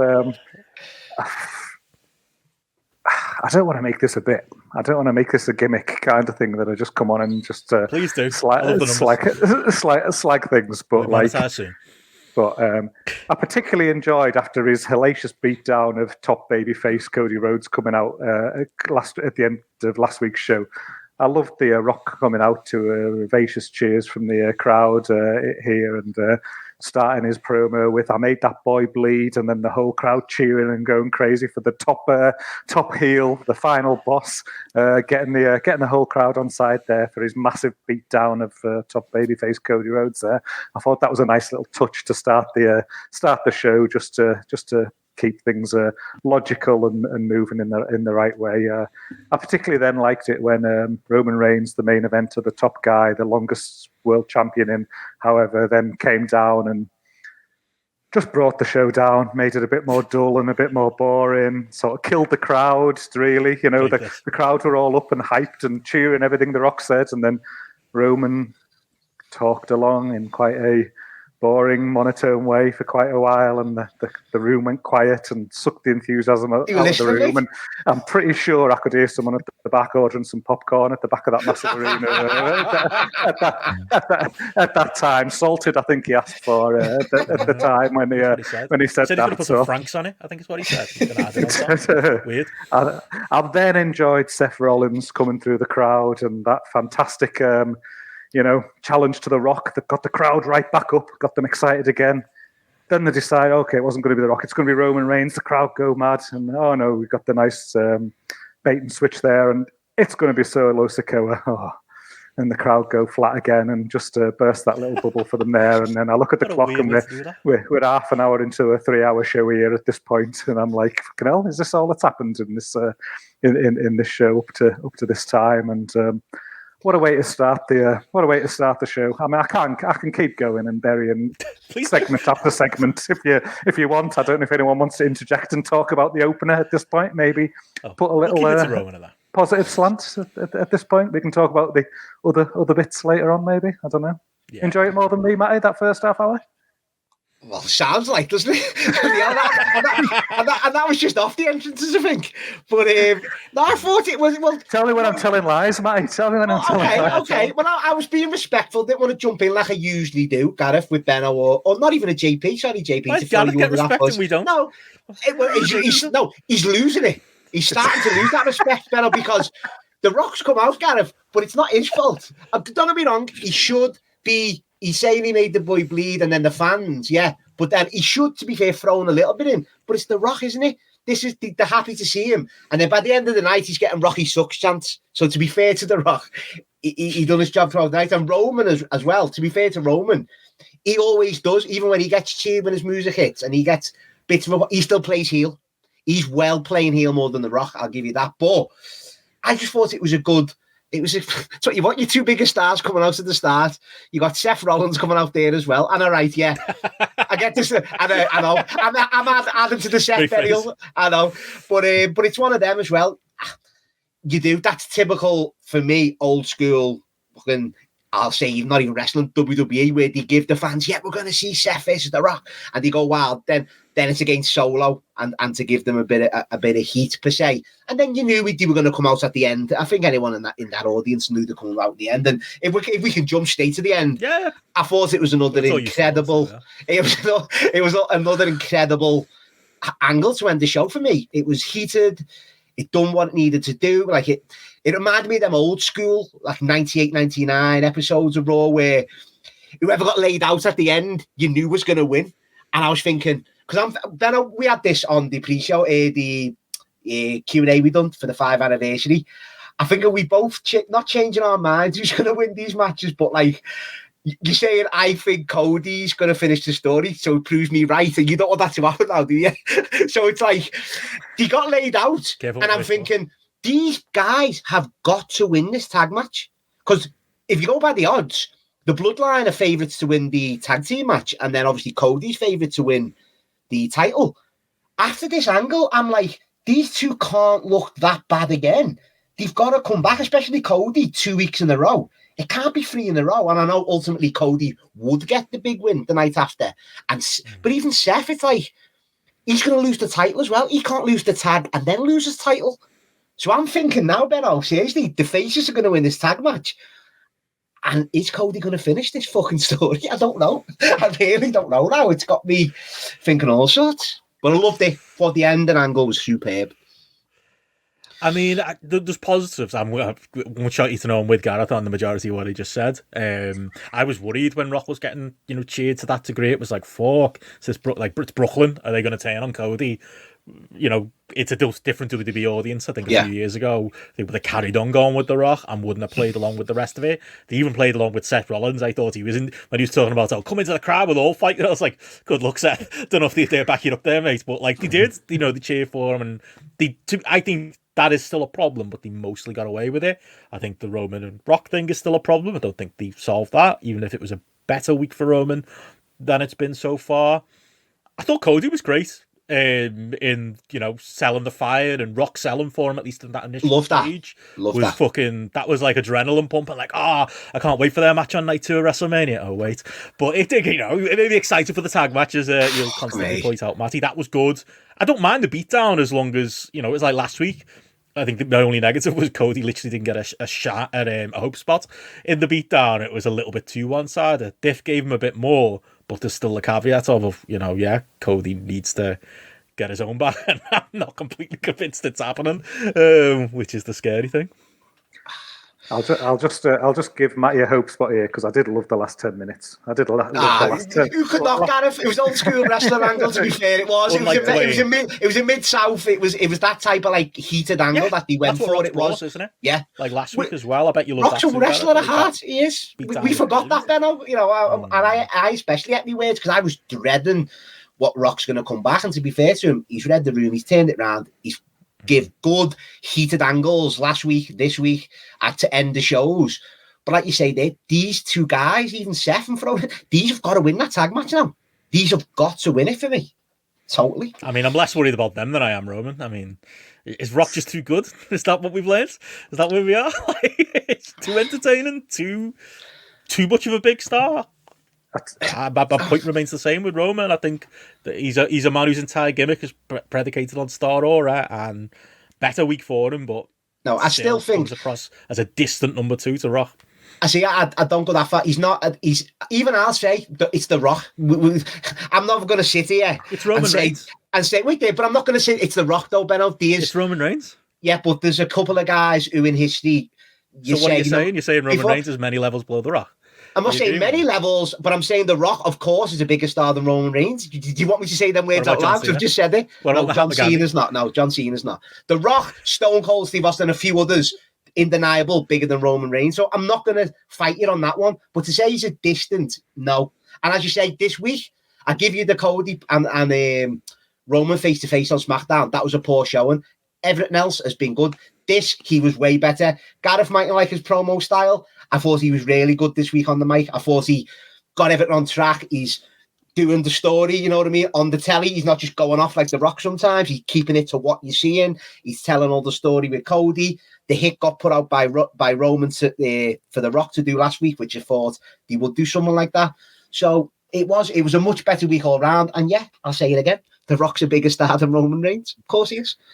I'll tell you what, if Roman's gimmick is to be dull and boring and kill the crowd, then he did do his job well. It was awesome. It was sacrilege, Gareth. It was awesome on the bike. But if we're talking about big stars, the thing that stood out for me in that last 10 there is like we're talking about The Rock, we're talking about Roman Reigns, so they're beating Cody Rhodes and Seth down, and the crowd's chanting CM Punk. So there's your big star. Like wanted to save. He wanted to make the save. You might call him audible and get him involved. To be fair, should been Seth off. Just switch them around. Okay. I love that. I suppose Seth can't commentate on his own match, but you know what I mean. But like, yeah, I mean, I bet you love those numbers last week, Gareth, with Punk popping that quarter. Big spike, yeah, big star, big draw. But I mean, just to reiterate, just that last 10 minutes, like say, proper old school wrestling, a proper angle that got me like thinking, yeah, I want to see. I want to see this match, which is what it's designed to do, like at the end of the day. So that was just executed so well. And Michael Cole was good as well at the end as well. The end of it, the last thing that just made me laugh, I was absolutely crying with laughter because it was sort of like it was finished. And then done the old, like, holding up the belt thing or whatever to the crowd and the credits rolled. And then The Rock just give Cody Rhodes one more. Yeah, on the belly as well, on the front. He's so good at all the insults. I was laughing my head off so much. Cody's probably lying there thinking like, oh, thank fuck for that, job over. And then The Rock's like, can't have another. Wasn't even feeding him, he was just lying there. I mean, I will say, whether it's a feature or a flaw, are we all in agreement that the tag match is bigger than the match on night 2 now? Because it is. This is the match. I mean, the only the negative is, I feel like they could, I'll go through you, JP, but I think they could thread that needle really well if there was more on the line in this tag. I hate that it's going to be Bloodline rules. What should be on the line in the tag is the match with Roman night 2. Even if it's always going to be Cody, like they should threaten that, because that feels like actual stakes. I don't really think there's stakes there. I think night 2's just not that big right now. I'm sure they can do something on night one to make it feel bigger. But if Rock's not there, I think people, it's about like this main event on Raw. People are going to be disappointed. They literally had to hit you over the head with the fact that no, it's not just Solo. Rock's going to be there as well. Like they had to make sure you knew that. If he's not involved in night two, if the Bloodline don't win on night one, and it's just the straight up Roman versus Cody match, that's pretty much a step down from the stakes now that we've got on night one, and that's it. Seems like it's a feature more on the floor now, but it's a wild position to be in. Yeah, it feels like, I mean, to me, it feels like an absolute no, like you see where this is going. It's just like, well, you have Bloodline win night one, so you can have all the wacky involvement and the special guest appearances that we'll get into. And you can have all the kind of wildness. It fulfills that kind of purpose. Dramatically, it's not great, just to kind of have the finish completely telegraphed from it. And I think it would be that interesting thing about, even if it was like, you know, if Cody, like the match itself, and it would be The Rock there, and then you have that kind of that dynamic that's set up, which is the thing. There's a way of them threading the needle here, and you know what? Against perhaps like my reservations and everything else with the angle, I think they'll do their damnness to kind of do it and do it well, whereby you'll have the dissension kind of being quietly teased, but Bloodline will win, and then you'll start to see it towards the end of you'll see at the end of night two, and you'll have all your kind of bells and whistles and melodrama and the rest of it, and Cody crying and all the other stuff that we're gonna see in there that's going to be done to kind of deliberately manipulate the emotions. But I think they're going to do it. I think they're actually going to do it quite well. That's not to say they've done a good job with the build up for this and Roman just feeling like a bloke, which he has done. And, you know, not even getting into the Seth Rollins stuff. I've got.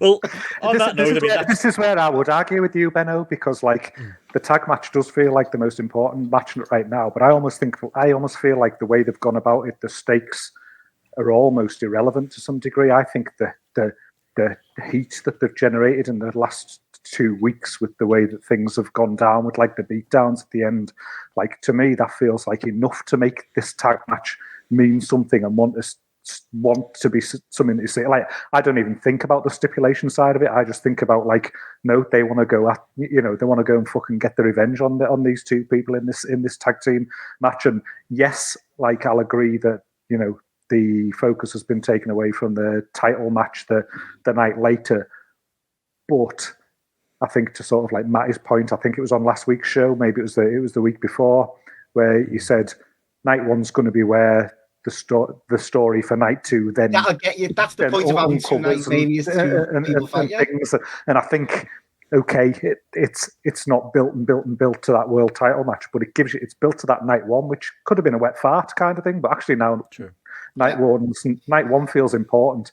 So if they've got it planned out properly and they can hit the money on night one to set up night two, then and still make night two feel important, then fair fucks to them kind of thing. They've done a good job, but it's only going to be one of them that we can look at retrospectively and say, have they done it or not, have they achieved it or not, kind of thing in that way. Because right now I can't wait to watch that tag match. I think it's going to be boss.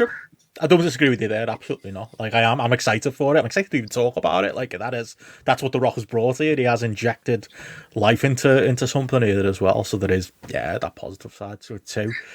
Now I'm tempted to get your other thoughts on it and Raw as well, guys. But maybe we'll get them as we go when we go through the Mania card. You can throw in some bobs if you like as we go. We'll clean up at the end, but we should get into it. You know what's coming up this weekend as a result of that build. Obviously, there is still a small match of SmackDown on Friday, WrestleMania SmackDown. I was convinced this was taped, but they got an Andre the Giant Battle Royal apparently. You know, Andrade left AEW on his high horse, didn't he? Brilliant. To come back and do this big stakes going on SmackDown on Friday. Nakamura's in there, Ricochet, JD McDonough, all the stars are here. Apollo Crews, Cameron Grimes, Chad Gable. Remember?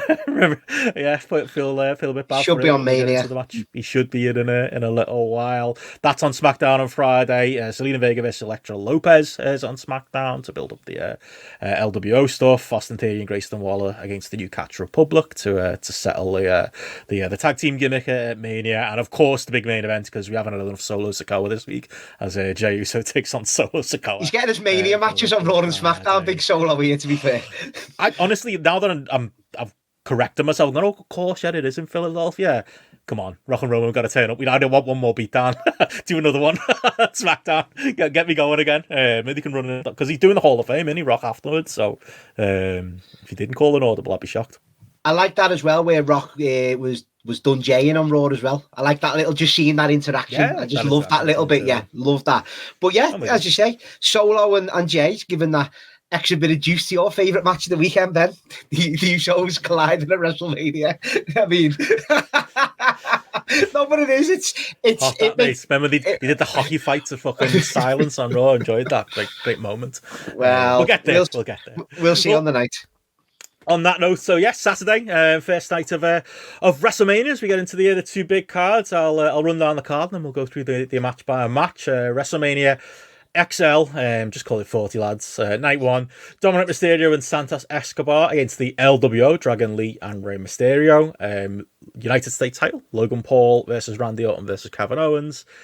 AJ Styles versus LA Knight in one of Matty's favourite built-up matches. Io Sky versus Bayley. Rhea Ripley versus Becky Lynch, both for women's titles. And in the main event, Cody Rhodes and Seth Rollins versus The Bloodline. So we go from the top, Matty. You excited for the LWO to collide? No. No, as I said on, was it the show? What show it was on? Either the Spotlight or the Q&A show.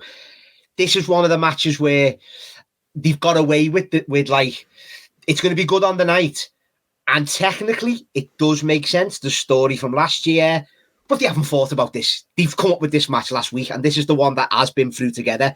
But, as I say, he's relying on that year's story with all the entwined parts, that this is the match they've come out with, and it will be good on the night, and yeah, I think it'll deliver. Dragon Lee, weird to see Dragon Lee wrestle at WrestleMania, wrestlers like that getting a shot, and obviously, from last year with Ray and Dom, I always thought they should have had a singles match again, like a Hair v Mask. Ray v Dom, I would have done that a year later. That would have been better for me. But yeah, it's going to deliver on the night for sure.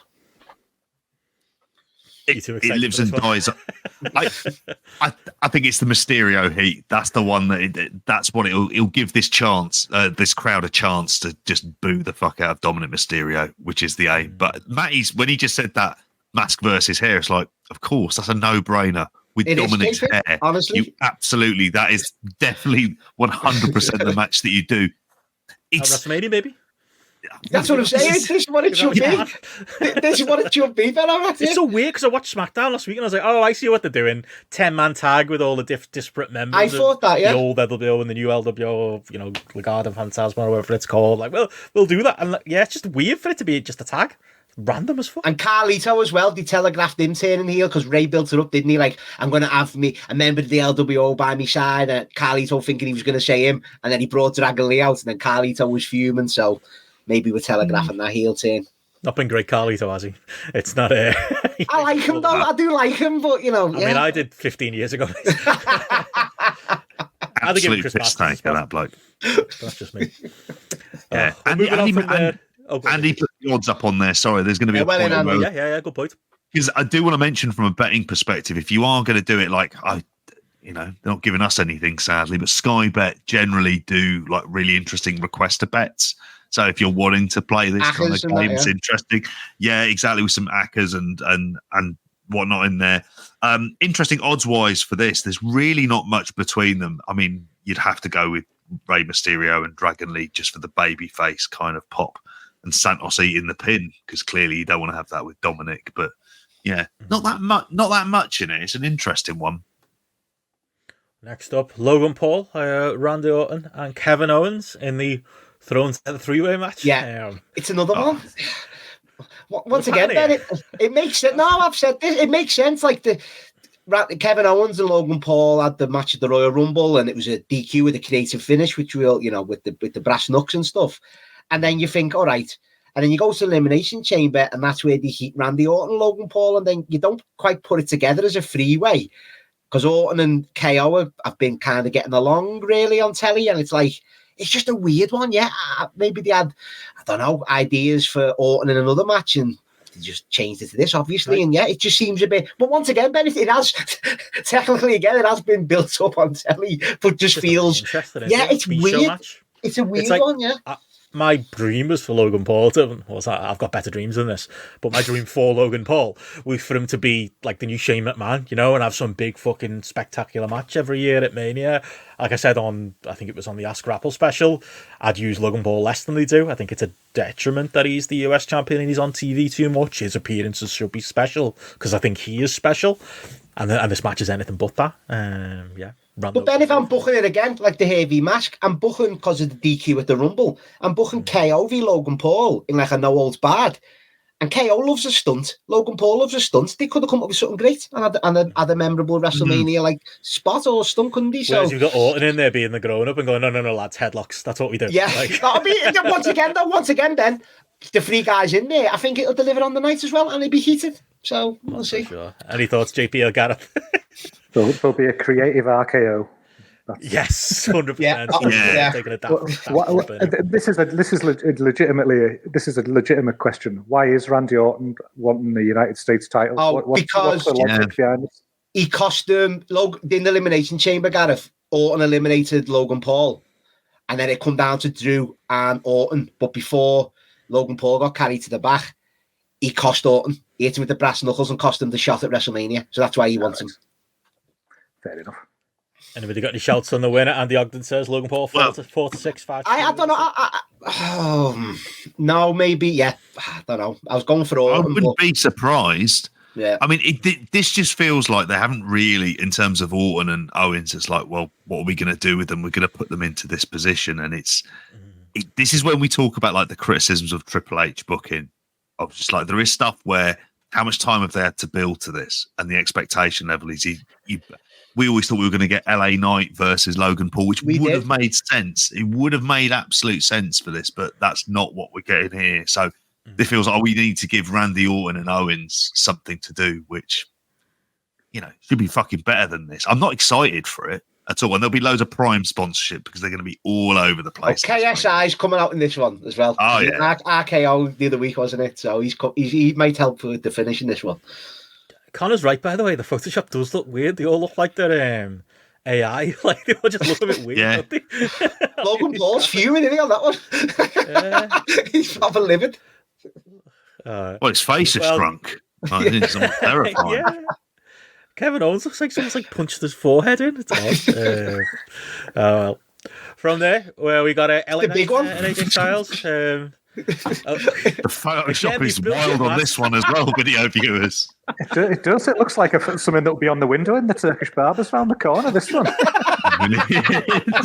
Has anyone ever gone into a barber's and pointed at a picture of AJ Styles and gone, "Give me that"? Maybe my mum. Other than that, like they've said an LA Night. He pays extra for the beard trim, doesn't he? And having his earlobes and come with the flaming thing. Yeah. He's paying that $5, Gareth. You know what this is though? If I'm going full on internet trolling, this is like a proper TNA match, isn't it? This one, JP. This could be on a TNA pay-per-view at some point in history or whatever. Probably has been. Yeah, but to be fair, it has been built up since January, since the minute AJ Styles come back before the Royal Rumble. Might even been the back end of December when he laid out LA Knight. They've had that little bit of story, and to be fair, it might inflate everyone's boat, this one, but I do think it's been well built. It had a good few angles with LA getting arrested outside his home, or like wacky angles like that. But it does give LA Knight, JP, it's not against Logan Paul, unfortunately. It gives him that big singles match at WrestleMania, which his popularity has deserved over the last 12 months. And I think I see someone who did a say, it might have been my man Hamflet on Twitter saying about AJ gets that spot every year, that big 25-minute singles match. Remember the Edge one, remember the Randy Orton one, the Shane McMahon one. He always gets that big match. And this is a reward this year, LA Knight. So let's see how they get. It was like a while ago when he was red hot. He's someone who, like, I don't know if he benefit from standing opposite the ring from The Rock, but feels like something he inevitably got to do. But like, yeah, it might not end well. You might question who's. You got authentic Rock now, haven't you? You don't need Wish Rock, do you? I don't reckon this is up Gareth Street at all, Gareth, is it? No, and well, there was that show the other week, wasn't there? I think it was on a SmackDown where The Rock did his promo, and then LA Knight came out about 2 segments later, and it was like, here we go. There's the real lad. I think this match is just going to be a marker for what they see with LA Knight is now, because it wouldn't surprise me if AJ wins. You know, they're just if they don't see it feels like the heat's been turned down on LA Knight like a little bit. Like it felt like at one point he was all over social media, and I'd always be seeing little video clips and things like that. Whereas he just feels like someone who's sort of fallen by the wayside and is a bit more hidden away now. But yeah, this ain't a match to get me excited, and looking forward to watching WrestleMania through the night. This might be a piss break time, I think. Get your cup of coffee on the go for this one. I'm quite excited for Mania, but this is dumbing down my excitement. This actually looking at the cards. I know. This day one looks shocking. Like it looks terrible. Not advert for 2-day WrestleManias, is it? Io Sky and Bayley. This doesn't because I'm a big fan of Bayley, so I'll look forward to this. Like this will be a boss match. This one for me. It is not what it is, and I'll be a bit slightly negative, but overall positive is this has got the obvious built-in story with the damage control and the all turned on Bayley. But I think they peaked too early. I think the angle about 3 weeks ago should have been the go home angle. They was like they done so well with it. They had two, and it even got near 3 million viewers as well for going ratings as well. It actually drew the audience in, one of their big angles, and it was really good. And ever since, it's just been a bit. For me, a little bit it miss on the other angles leading up to it. But on the night again, I think Bayley goes over, finishes her story regarding this feud, and yeah, it will. Two good wrestlers, two of the best women wrestlers in the world going at it. So no, this will be a bit more than that, Benno. I think Io turns it on the big stage as well, and Bayley wants, because to be fair to Bayley, like all the 4 horsewomen have had their WrestleMania big matches, and she hasn't had it. And she'll want to go all out against a great wrestler in Io. And I think this will be one of the sleeper matches of the whole 2 nights for me. I agree. Fair enough. Yeah. Well, yeah, Bayley 1-4, Io 11-4, JP. Yeah, exactly. And I think you do have to go with Bayley for this. And I just want to say something about this is where, like, this card is there. Obviously, we've got the tag main event, but the women's matches, you would hope on a card that's like weak in all of the other areas, it really has a chance to kind of shine. It would be like the kind of hope that I would have, and I think this one will, because I think for Io Sky, like this is like a massive opportunity as much as anything else. And Bayley getting her flowers basically in the way that the other horsemen have always had that at Mania, and it feels like it's Bayley's turn, effectively. So yeah, I'm expecting this match to be good, much like I'm actually expecting the next match to be good. Well, on that note, the next one, the match that, after all that credibility that Ariel got interviewing CM Punk, decided to have a good old-fashioned wrestling angle, didn't he, on his MMA show this week? Rhea Ripley and Becky Lynch embarrassed themselves. It's rough, I hate anything like that. It's just keep it in the wrestling universe, folks. Like it just especially after that, especially after Punk. To be fair, yeah, nothing makes wrestling seem more fake than trying to pretend it's real. Like that is just an evergreen truth about pro wrestling, at least in that context when they try and do something like that. Rhea and Becky, sellers on this one, Matt. Yeah. Once again, I've said it a few times, big match, this one. I think it'll be different to the Bayley one, as in I think there'll be more wrestling in Bayley. I think this will be more physical. I think it'll be more heated in the ring, that type of sense. But I think this is probably the biggest women's match you can put on name-wise. And I don't think they've wrestled before on pay-per-view as well, if I'm not mistaken. And once again, Becky, to be fair, was in a six women tag last year. She had a year off really in the big matches. So, and to be fair, she's in because I was never a Becky Lynch fan. Didn't like her at all. But over the last year, she's earned my fandom, respect, whatever you want to say. She's been brilliant over the last year, and she's earned this match. And I think this will be another one that a sleeper match of the two nights again for me. This one.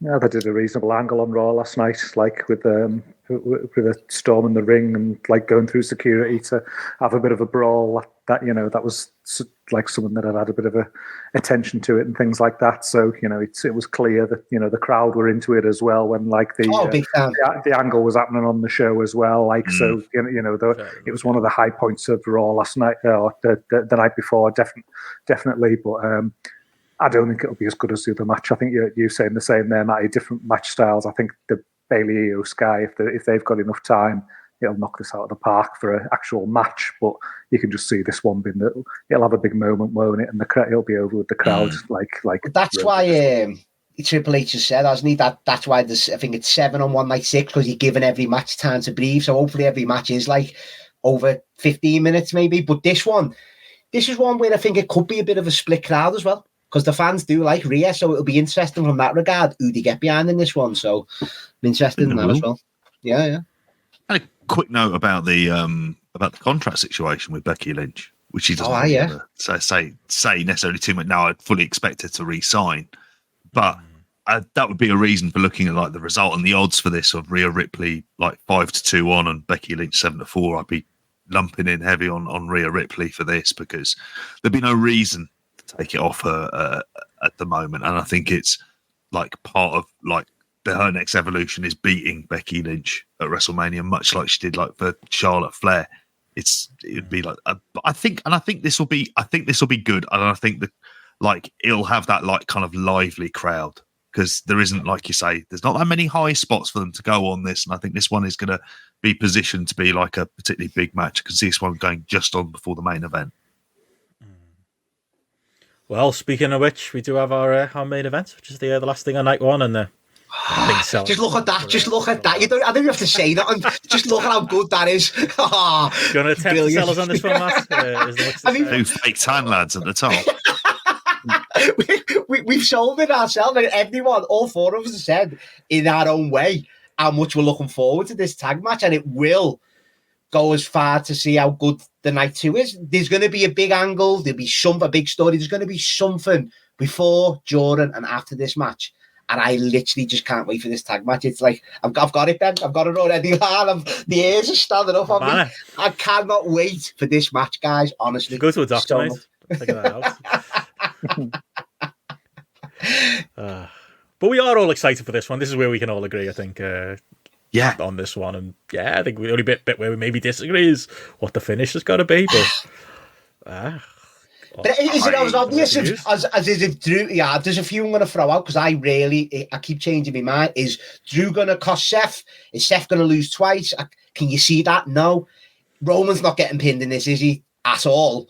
Cody, is he going to lose and then beat Roman? That could happen. But once again, after the angle on Raw, it's a bit too much like negativity for Cody. But then it does make the win mean even more on Sunday. And is The Rock going to come in and lose? I can't see that either. So it's a tough one to call for me. Could Roman get pinned to make him look fallible, and in some way because of some The Rock, but if Roman gets pinned, Gareth, there ain't no way he's losing that title on Sunday. Then is he? Let's be honest, unless he does lose twice. But I don't know. Because he rocked him in the job. Yeah, it sounds ridiculous, but he's never. People would laugh at that. That is a man who has never had a problem with doing a job. We saw him put over the Hurricane. Like he's got no issues. Like he's not. Yeah, he didn't used to be built like that. Maybe things are different now. Hurricane is probably higher on the pecking order than Seth Rollins. But then you're saying that about Rock, but like reports were told if it was going to be Rock v Roman, he was politicking to beat Roman for the title. So Good point. It's like obviously we believe them, but I agree with you. He is one of the most selfless main eventers of all time. But it's a different time now, and he's just come back. But if anyone can eat a pin and stay over, obviously it is The Rock. So I love it. That's why I love this match. That's my question.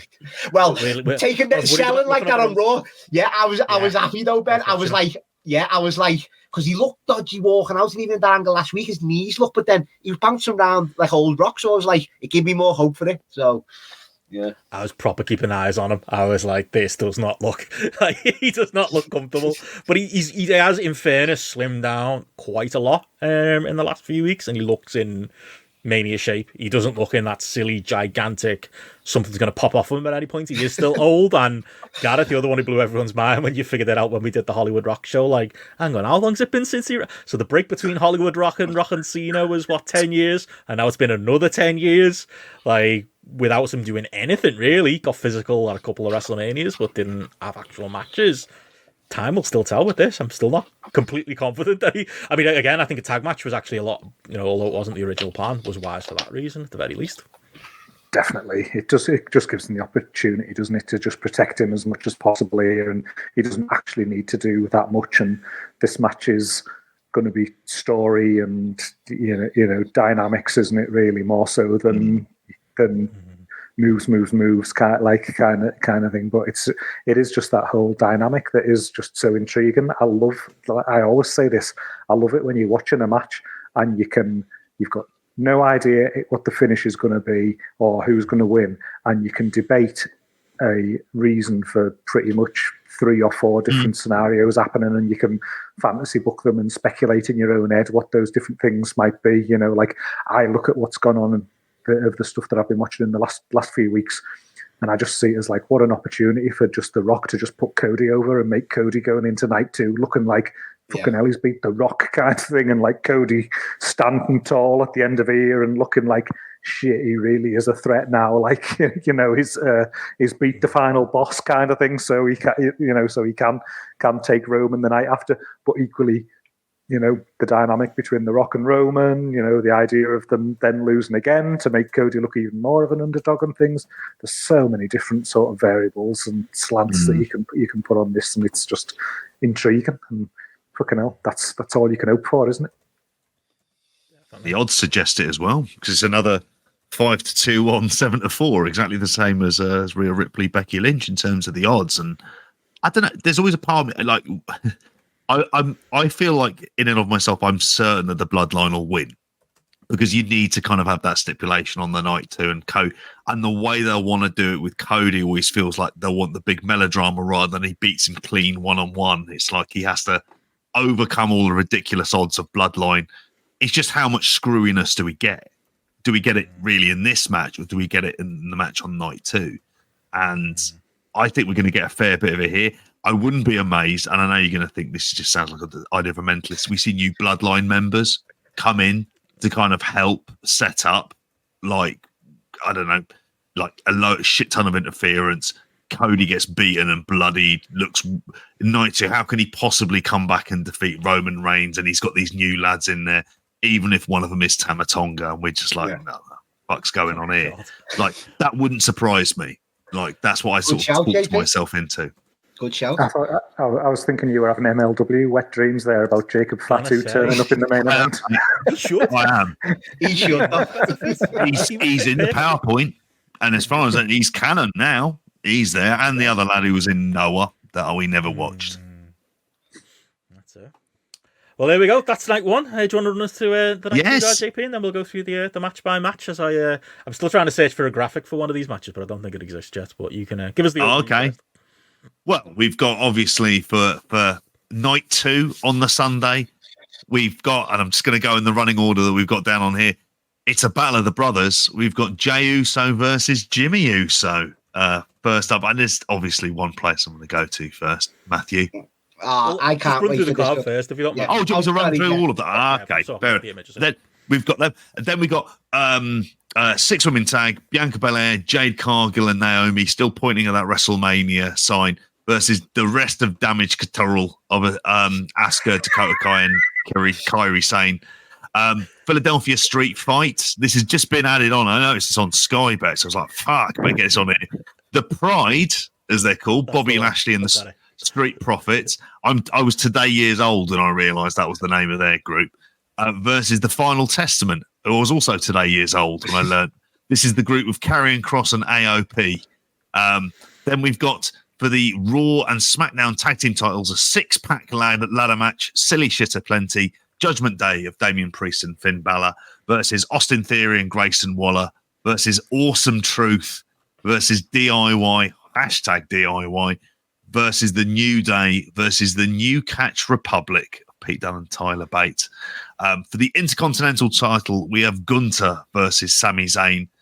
For the World Heavyweight title, we have Seth Rollins versus Drew McIntyre. And then for the WWE title and Universal title, so it's still a dual thing, Roman Reigns versus Cody Rhodes. The very one that Hulk Hogan held, that famous Universal title. Anywho, we'll get to that match. But as, we will. As JP we will. Nice belt, mate. We'll go to you first, Matt. Jay and Jimmy kicking things off. That probably will be the opener. I think like the order JP's got there is probably accurate. That feels like the right open, doesn't it? Yeah. He's I going mean, to I have to can't change his wait for nickname to Curtain Jerker. I think that's Jimmy's name. Nah, Main event, honestly, Jay, boys, this is mid-card Jimmy.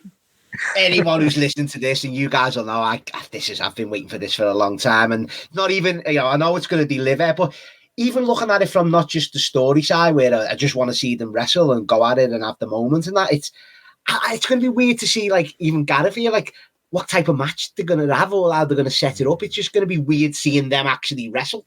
I know, Benno, we were all a bit down on the Rumble interaction, so I know they didn't want to give too much away at the same time, but it was a letdown. But I think this will get the fans going, and Jay is extremely over, and this will be. I think this will be one of my personal favourite matches the weekend. Anyway, I'm pretty sure of that one. Purely based on headcanon, because you built it yourself. Like, anyone who's into the Bloodline story has built this match more than they have. I'm not winding you up, Matty. You know more about the Bloodline story than them two do. Because, like, you weren't on when we talked about that promo the other day. They don't know who turned on who first. They haven't made sense of it. Like, there's no... For all the talk of story, they don't seem to know what the story is. That's shocking. Like, and they haven't really put it right over the last few weeks either. They had that bad promo segment, that lukewarm Rumble interaction. All right, they did that on Raw last night, but they haven't done enough, have they, to make it make sense when, like I say, every other week it felt like an Uso was turning on Roman, and then the other Uso was joining Roman, and then the Uso that joined Roman was turning on Roman this week, and they don't seem to have kept up with that, never mind, like, expecting the fan base to. But this is, once again, even though as much as I'm looking forward to it, I used the Dominic and Ray from last year as this example with this. We knew that this was going to be the Mania match in September. We knew last year Ray and Dom was going to be the Mania match in September. And they done exactly the same thing. They put one on Raw, they put one on SmackDown. So they kept them both away. But the angles, can you remember how white hot them angles last year with Ray and Dom were? Like, where he was in the crowd with his mum and his sister, and they got them no perfect. And I know they're relying on the Bloodline story for this more so they didn't have to shoot them big angles like they did with Ray and Dom. But I just wanted a couple more big time angles, to make it even extra special. But I'm gonna, as you say, Ben, because I'm a fan of the whole Bloodline and just wanting to see these two wrestle for even the novelty value of it. I'm excited, but to fans like yourself or who aren't into it, then I can kind of see why, But I'm going to be loving this from start to finish. I can be assured of that. You'll be right there. It feels a bit like Stevie Ray against Scott Norton or something like that to me. Is some like NWO black and white, like lower card. You know what? That's Wolf Bagwell versus Scott Norton, like the mid card tag team explodes. I'm with you on this, Gareth. Yeah. Mid card tag team. That's a bit low, Benno. Come on, do you show what you were talking about? One of the great tag teams. One of the great tag teams. I'll say that. I don't mind saying that. Yeah, I can't say I'm excited for it, but will he deliver on the night? Probably. Any thoughts, JP? Oh, you muted, JP. Have a shot. Fuck's sakes. It needs to be batshit. That's what it needs to be. Yeah. It needs to be absolutely bonkers. Like Chris says in the chat there, will it be Brett versus Owen or Matt versus Jeff?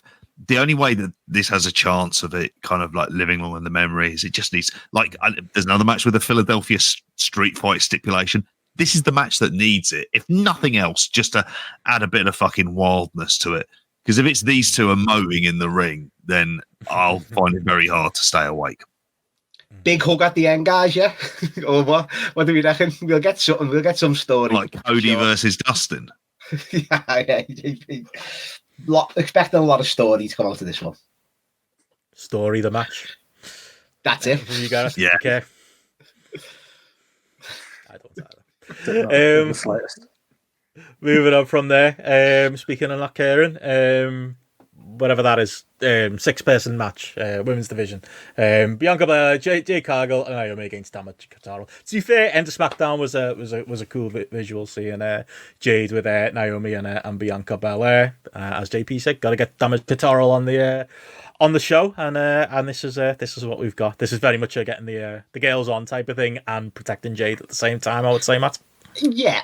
Of course, and it's going to be Cargill's showcase, surely. Like, I know Bianca's in there, and she's in. And to be fair to Jade, she's in there with 3 really good workers who can make her look good as well. So I think this will be all about getting Jade over and showcasing her to the world at the biggest stage, of course, which they wanted to do since they've signed her. So I always get nervous with stuff like that, though. You know, where like there's a bit of pressure on like a new talent coming in, especially at WrestleMania. It's if can she live up to the end of the bargain? And I'm positive she will, but I always have that little bit of nervousness. So I just hope it goes well. And yeah, it's getting Bianca on the card and Naomi and the other girls. So yeah, it should be fine.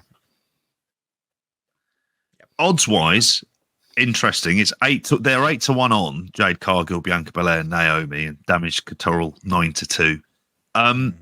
This is the match where weirdly I could see a Jade Cargill turning on the Bianca Belair or something like that actually happening, and it being like somewhat of an upset because they can get away with that shit. Thinking sort of storylines depends on.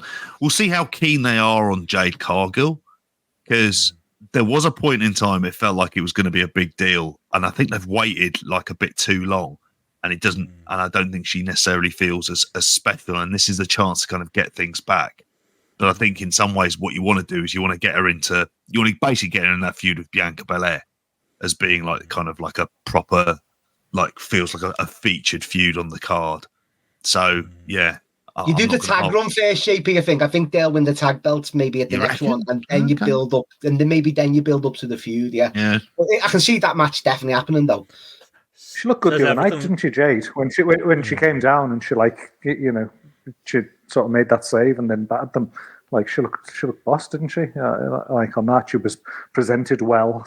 She was looked like a star and stuff. So you'd assume it's Maxine going to be a starting grounding moment.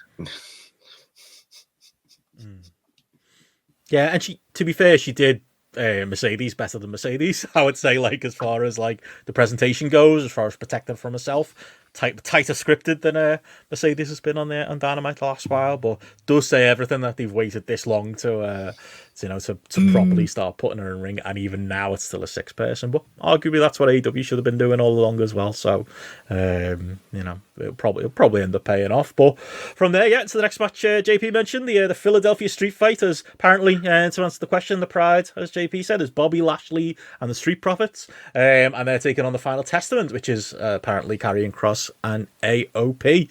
All sounds a bit ropey, that, doesn't it? Apparently Karrion Kross is still employed.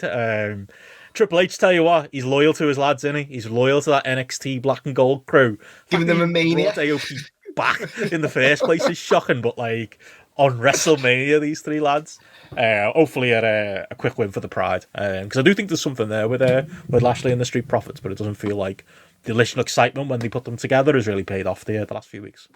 So to be fair, one lone Karrion Kross fan, so she's giving me for the chat. No, to be fair, this is another one, like it or not. This has been built up for 2 months on telly, and it's earned this stipulation. They've tried to have this match before. They've had matches with no finishes throughout the last 2 months. So from a TV actual booking side of it, this has actually been built up to this crescendo, what we're going to see at WrestleMania. So fair play, but I agree. Lashley and the lads have got to go over. Surely got to win. Stat break time, Andy says. I'm with that. I'll be. At least it's a street fight, though. As JP said, if it was a 6-man, you'd be like, well, you're going to see a lot of maybe wackiness, maybe to me. I don't know. Timing's going to be crucial here, because it has to be a street fight. Because if they were having a match, everyone would be asleep. Like you'd be gone. But no, this would be the match that breaks the fucking like bank on that. There's no way you can stay awake in this. I mean, I don't.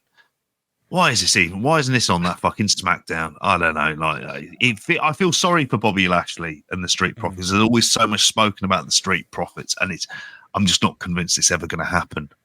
And like Bobby Lashley is let's face it, he's at the tail end of it now. I still think that they are favourites to win, though, according to the bookies on here. If I can just get it up on here for the Philadelphia, they're 11-4 on Final Testament, 2-1. Not much generosity in these odds so far. I really have to say that. There's fuck all in them. I was always a guy, but you know. This match just stands out to me alongside some of them others on day one. Has just been like, there's a strong argument here for only having a 1-day WrestleMania this year, I think. And they could have had a really loaded fucking 7-match card or a 8-match card, but there's a lot of fucking fat on these 2 days. Well, with that said, we'll move on quickly. We do have the six-pack ladder match for the Undisputed Tag Team titles, and that's the change teams round on SmackDown. Matty, excited for this one. I think Meltzer's been alluding to the fact that your boys might be getting removed from this one. Grayson Waller and Austin Theory, but yeah, load of tag teams in a match. There'll be some stunts all over. There's no one in this match, really. Maybe Pete Dunne will take a couple of wacky bumps. There's not really any wacky bump merchants in this, is there? Grayson Waller's in there, Ben, if he stays in. He's took a few rough ones on NXT, and DIY lads Gargano won his WrestleMania moment. He's the type of wrestler that'll try and do something, won't he? But it's one of them. This is a Tony Khan book, and this is 100. Oh no, I was going to lay in a bit. Judgment Day, to be fair to them, they're one of the most over-pushed acts. They deserve it just a 2-on-2, but then the way they booked it, it would have been the awesome truth. So I'd rather the six-pack challenge ladder match, to be fair, because I didn't want to see just that as a straight-up tag. It's not, you're saying this is devaluing the tag titles. That would have been. I know R-Truth's over, but I just haven't got that from the day he's been brought back. I love R-Truth, but he shouldn't be in this. But they backed themselves into a corner because it's got over and he's had to stick with it. But, New Day are in there to, Kofi's been in there, how many ladder matches, Ben? So he's there to, obviously glue it together and such, because there is a lot of guys moving parts in this, to be fair, so they're going to have to... Those but also feel behind him a bit, though, don't they? No, they do, but I don't mean for the fact of, if he's going to take the bumps. I just mean for laying it out type of thing. But they're going to do a finish as well, where one team's going to win, Awesome Truth are going to win the Raw belts, and then Pete Dunne and Tyler Bate are probably going to win the SmackDown belts, or Theory and Waller. That's how they're going to get out of Judgment Day. And they can explode them with having no tag belts left as their feud going forward. So that's my prediction anyway. And it will be, as you say, Ben, most people are desensitized to these matches, but it is what it is. It's a match. Well, on that note, we'll move on to the next one. It's the Darth Ladder spot shit. That's all. Yeah. We'll get a bit more exciting. Genuine personal dream match. Gunther versus Sami Zayn. Genuinely peak Walter. And I say that like he's not on his peak now. I think he is, apart from I'm with Gareth, and then he needs to eat a few more sausage rolls. But Gunther, as he is right now, protected, legitimate final boss within a wrestling company versus one of the all-time great babyfaces wrestling's ever had in Sami Zayn. Way back to the Generico days. This would be a dream match for me. Obviously, Sami Zayn's maybe on the tail end of that bright part of his career, but yeah, I think this will be great. I think it's just a shame, as you alluded to, Matty, that the clearly seem to be leading one way with this match with Chad Gable, and then they've gone this way, and then on Raw they were weird, those segments where they got those Chad Gable doing Rocky segments with Sami Zayn. It was so strange.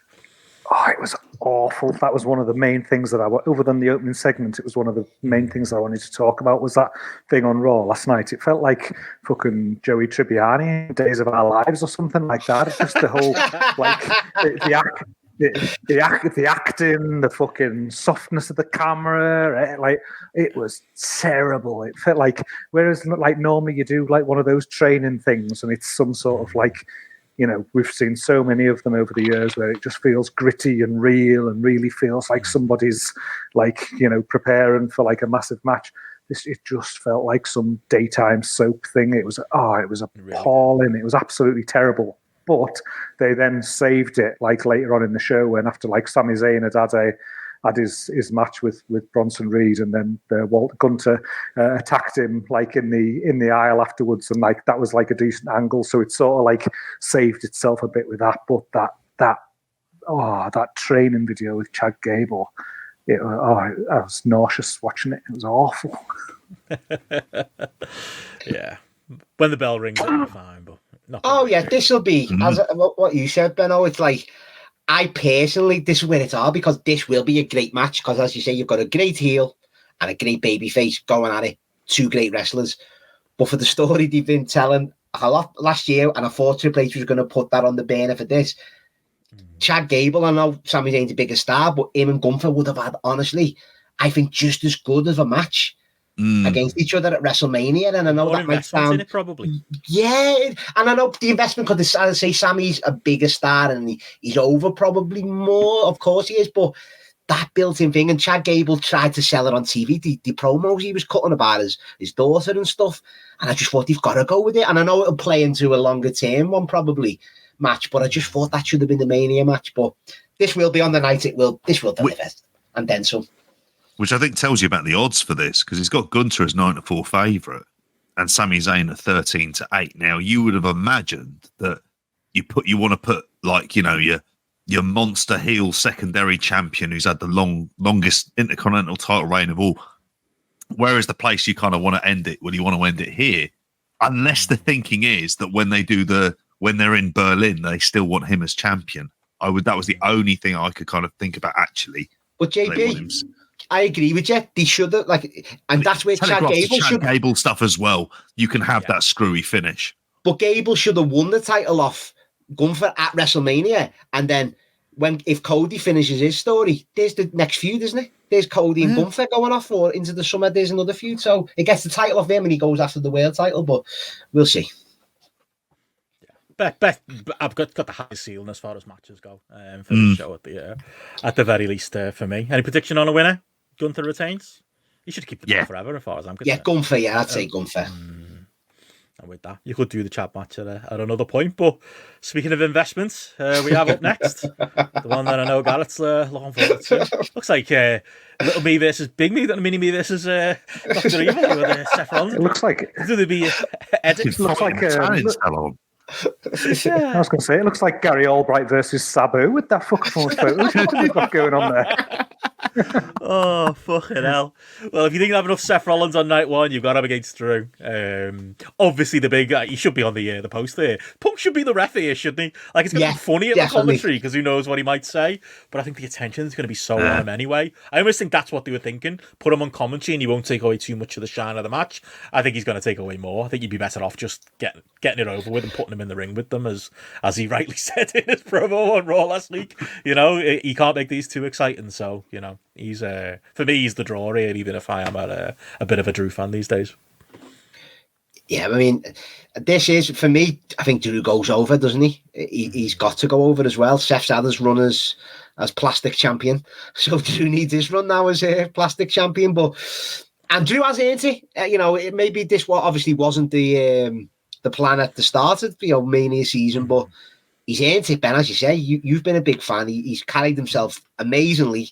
He stood up to these guys, even in the Punk exchange the other week. I thought he handled himself well. So, yeah, he's earned it, and hopefully he gets his win this time. And I know it's not for the big belt, but it does make up for him winning the title like 4 years ago when no one was there. So, give him his moment, Gareth, unfortunately, mate. Well, he fits the mould, doesn't he? Of his very. Are you behind Seth though, Gareth? Are you actually behind Seth in this? Being honest, or I know you don't like both, but would you go for Seth? I just don't care. Like, if you had to pick, though, genuinely, go on. If you had to pick, if I had to pick a winner here, yeah, like. There's part of me that like thinks Drew McIntyre is so shit that I just think it'd be hilarious just to see him win at the end, and then he could just like do some more of his corny bollocks that is like his fake trying to like paint outside the lines character that he's been doing of late that just sounds like still all WWE scripted and stuff like that to me, and he just like his delivery is so just poor with it all, and it just gives me more hilarious content to just like laugh at and point my finger at how terrible he is, like that fucking thing on Raw last night, which just went hand in hand with that Sami Zayn training video, the thing with him like looking in a coffin and then turning around and giving this awful fucking little like speech that just felt like some saccharine sweet daytime soap opera delivery kind of thing. Like it was just absolutely just awful. Like he just ain't got it. He just ain't got it, and he just like even just stuff like the Raw last night, just hanging around backstage, sitting on one of the fucking boxes backstage to like interact. Just his delivery on that was just so appalling as well. Like he just came across so like lower mid card in his delivery and everything. There's not one bit of him that's like main event world champion star. So yeah, strap him up for the lols for me personally.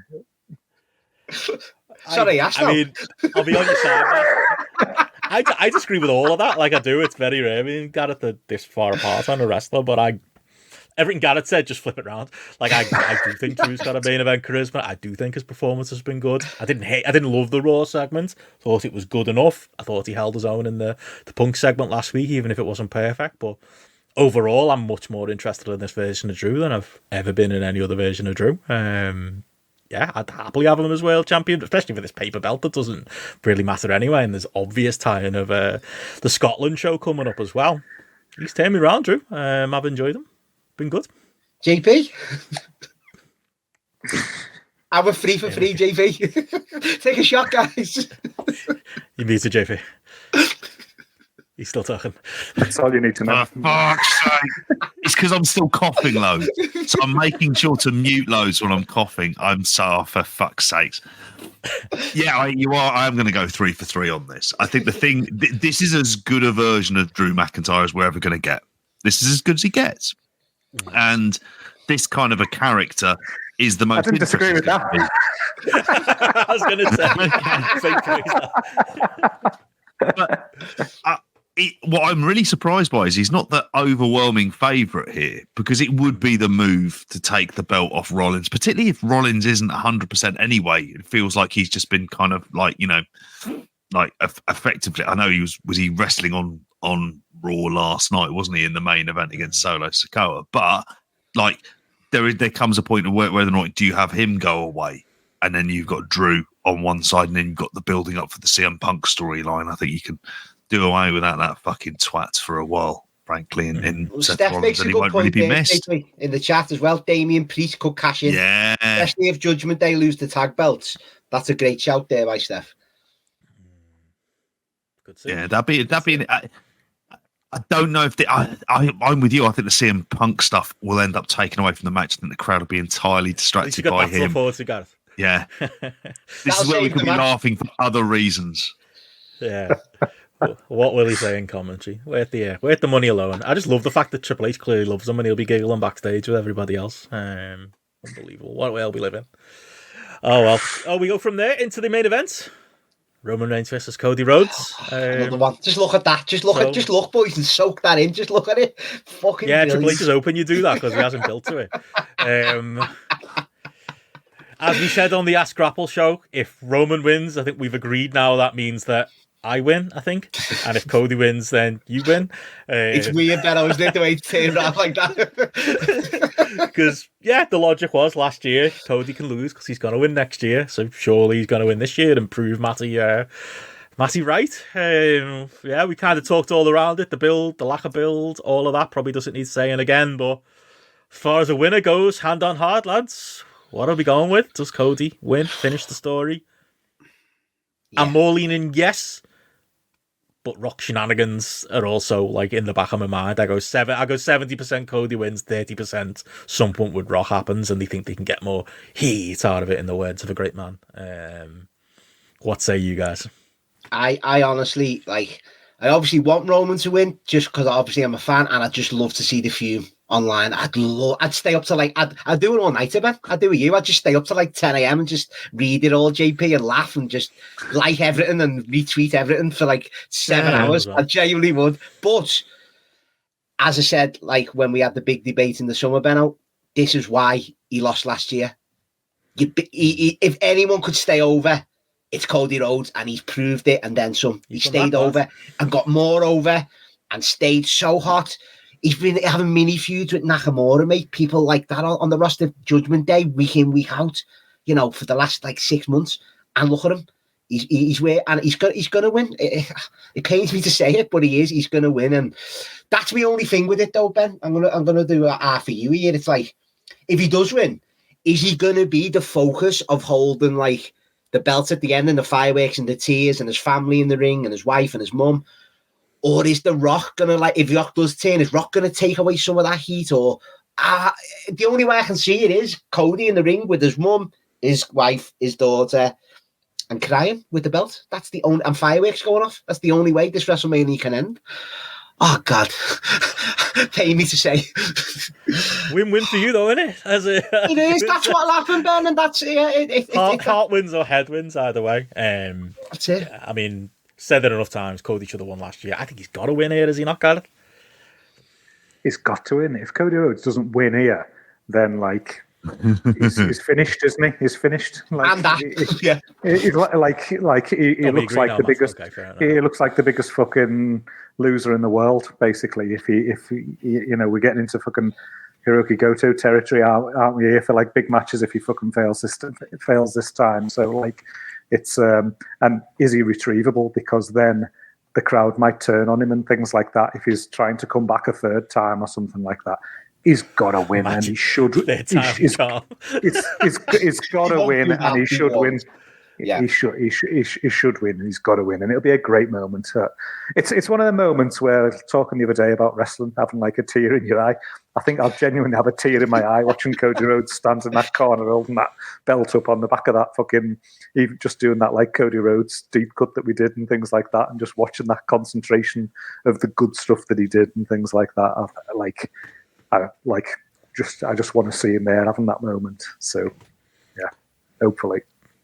Good plug to throw in there as well if you're a freeloader, and you wanted to hear that. Little gift might drop in your Spotify later this week on the Cody Rhodes deep cut front. But yeah, what say you got, JP? Cody has to win. I think this is it. This is where, but it also feels like it's the end of this story. There is every sensible decision has to be that he wins. Sorry, JP, what a shout that is. Jimmy White. It is. Jimmy White. It genuinely is, though. You'd lose all faith then, wouldn't you, at that point? It's not it's not above and beyond them, but you'd think with no Vince being there to effectively hijack these things, depending on how he is, the common sense says Roman is going to be more part-time. Cody's going to be around every week, and he's going to want to make a big deal of being that kind of workhorse champion, isn't he? That's what they want. And he's done everything that's been asked of them, and he's delivered for them as well. It's like he is a star in his own right. This isn't like, if not on him, then who? Like, what else are you waiting for? There isn't any other kind of challenger that you can go to. You have to end this fucking story here. That's how I feel about it. So we can never then speak of it ever again. Cody has to go with some new material, JP. He can't cry anymore, and he can't say story. So he's going to have to turn him. Eventually. There's loads to mind. There's loads of opponents. Rock, Gunther, Drew, even. You can go down the list. Rematch with Roman, dare I say it. There's so much there. Like, it's got... we disagree on whether the Bloodline ran out of steam last year. If it didn't last year, it fucking will with another year of this. It's got... unless, again, that little bit of my brain, unless there's something with Rock they can do to juice it up. If Cody is Jimmy White, does that make The Rock and Roman either one of them Steve Davis, The Rock, and Roman Reigns is Stephen Hendry, isn't it? Well, Steve Hendry's always been better than Steve Davis, so that's a good comparison there, James. Also, though, better in ring than Davis turned into a great personality, though, didn't he? Did the DJing, which in many ways he branched out of snooker, whereas Hendry, what was he great at? Question of sport. He was fucking awesome. If he was on your team, you were winning that night. Also, this match, though, I think it depends on your taste, but this will have them moments, though, guys, where you genuinely will think Roman Reigns is going to win. And that's what's going to be good. They'll replay the solo spot from last year. Cody will kick out this time. Dare I say, JP, will Cody's lads of like John Cena and Stone Cold, that's been rumoured, will they come out and help save the day? I want a batshit ending. I will say that. Like, of all of the things, and this is the thing in all of the previews that we end up doing of all the shows, it's really these two main events, and what actually happens at the end of them is the thing that's I have to admit I'm kind of hooked on. I want to know where they go. Like, take Spotlight off next week. Yeah, you can handle it. It'll be fine. I'll have a week off. It's a long week. Oh, I can't bear it if it happens. I can't bear our conversation if it happens. Man. I want to look at your face if it happens. As you would say in the chat, I'm in a win-win situation, Benno. I genuinely am. Because if Roman wins, I'll be made up, and if Cody wins, I can say I told you so. Roman can have as much time home as he wants after this, but there we go. We talked it to death. All, as Gareth said earlier, all that's left to do is for it to play out, and we'll judge it afterwards. But on that note, that clears out WrestleMania. And obviously, there's the Raw after WrestleMania on Monday. Hopefully, they make that a thing again. They really need to. I think that's something I imagine Triple H will recognise and put right. I don't know what you can do, but they'll do. I think it'll be someone will get writ out, Benno. Yeah, someone will get writ out. Rock Whatever out happens, yeah, or the other way around. That'll happen, and then they can go away then and do whatever. Yeah, something will happen big on that. As we go through the shows, well, anyway, good night, folks. Great spotlight. See you later. Oh yeah, there's the whole weekend left. A million other shows. There's a couple of shows per day we're going to focus on, and then we'll do the best of the rest as well. But very quickly, obviously, things do. The week continues on. There is the small matter. It's not the most important thing this week. Only this week, though, Matt. Dynamite is taking place this Wednesday night. Almost laughable, isn't it? It really trying to compete for space. Hey, Powerhouse Hobbs, Will Ospreay, the Battle of Wills. I do like that tagline. I do like that. To be fair, Joe Swerve, Young Bucks best friends. Jay White against Billy Gunn, or Daddy Ass as he is now on all the What's graphics. going on with that? Thunder Rosa, Mariah May, and unfortunately Chris Jericho and Hook are doing something. Graphics are pretty though. I'll give them that. Hobbs and Ospreay will be a good match. Could be a corker. That could be the talk of WrestleMania week maybe. Any very very very brief thoughts on that, Gareth? We'll be talking that on Thursday. Yeah, I mean, I think the main thing standing out is just that Ospreay Hobbs match, because I think that one of the things that's just been so surprising the last couple of weeks is just like, you knew Will Ospreay had these long bangers and things like that he's always had on the Indies and in New Japan and stuff. It turns out he's a fucking fantastic TV wrestler with an even short amount of time as well. I think he's turned out and delivered there, and Hobbs just feels like a really good opponent for him for this different type of match that can be out there. So that's one that I'm particularly excited about. But as for anything else on the show, it really just feels like a bit of a afterthought for the weekend. Wait till you see the Rampage card, mate. They know collisions on it like 7 a.m. or something daft like that. They know this is not their week.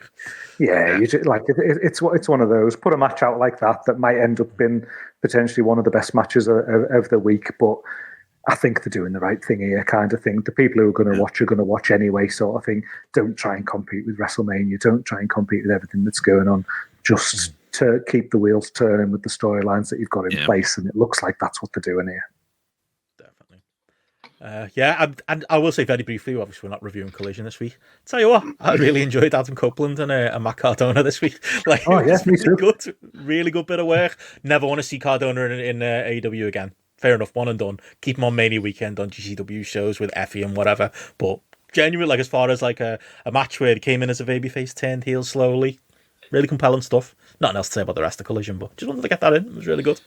Totally agree. Really enjoyed that. But yeah, we'll talk more Dynamite on Thursday. Should be guys should be on for that one. And yeah, Hobbs Ospreay sounds good. Hopefully they can put more focus on Swerve and Joe. And then after Mania is when I think hopefully they'll have to go in full on the Dynasty builds. But unless you got anything on that, JP, not the only show that's happening on Wednesday. Well, or it kind of is. It kind of is. It really is. Really start. It really is. Unless you want to count PRB Fightertainment Spectacle 4 Tournament of Breath. I don't know what the fuck that is. Tournament of Breath. I love the name. I've got to be honest. It is. It's brewing company where it is. That sounds good. Well, beer there, I haven't got it.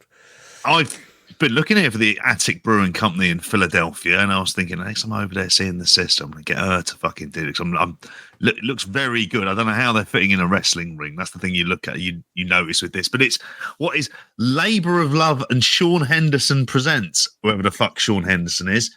And this is the rival to Penn's Landing Caterers. Uh-huh. It's the Attic Brewing Company. Main matches on here: Paul London versus Mike Bailey, LJ Cleary versus Bobby Orlando, Jimmy Lloyd, Sean Henderson, and the Chad versus the team of Fresh Air, Eddie Matthews and Gaz Rice, and Admiral Richie Hedges, Colby Carino versus Clint Margera, and the Labour of Love Citywide title tournament final match, Cheeseburger versus Weber Hatfield. I mean, did you notice something in there? Mix up names, part genuinely with Gaz Rice. But you'd think cheeseburger was a made-up name, wouldn't you? Let's be honest. I mean, Clint Margera, he can't be real. Anyway. Can I Did just you say get the though, guys? jokes there, though? Eddie Matthews? What was that, Matt? Matty Edwards, isn't it? Oh, As Rice? Come on.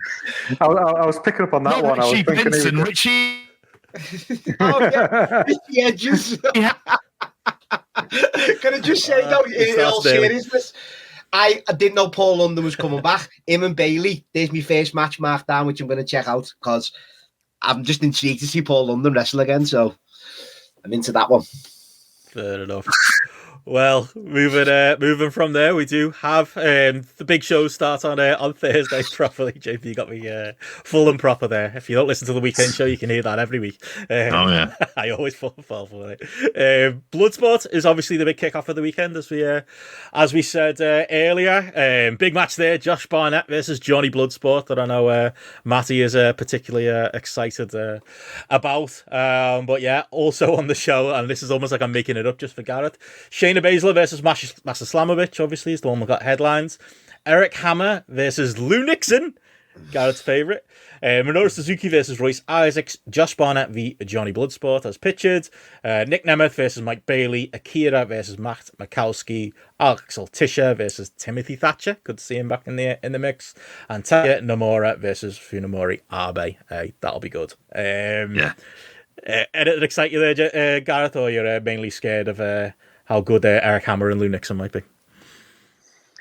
Well, that's the one I'm most excited for. Obviously, I've had a lot of good experiences watching Lou Nixon in the past. So yeah, can't wait to see the lad get himself on the big stage. But really, when you look at this, like when I see Nick Nemeth versus Mike Bailey in a Bloodsport match, that I'm just like laughing in my head already at the idea of that one. I can only imagine what that's going to be like. But yeah, just buckle up and get ready to see lads. Doing the fake grappling. But the most hilarious part of Bloodsport for me is always when one lad gets top position on another, and then they suddenly realise they can't rain down real strikes, and they've got to do these light wrestling palm strikes, in a faux MMA setting, which is always looks like the biggest bullshit and most ridiculous thing ever. So yeah, it's much hilarity will ensue.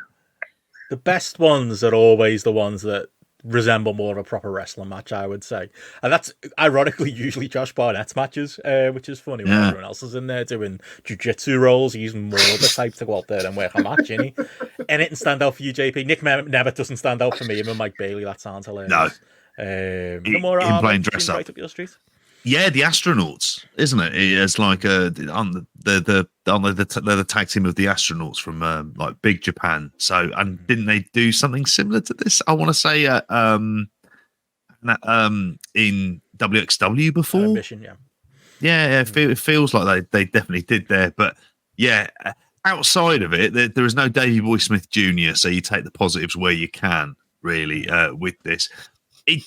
Like you say, I think for me, what Bloodsport is it's like, okay, this is the proper start of Mania week. It always looks different. And because it sells out, it's always like kind of got like stuff to kind of, it'll start off hot.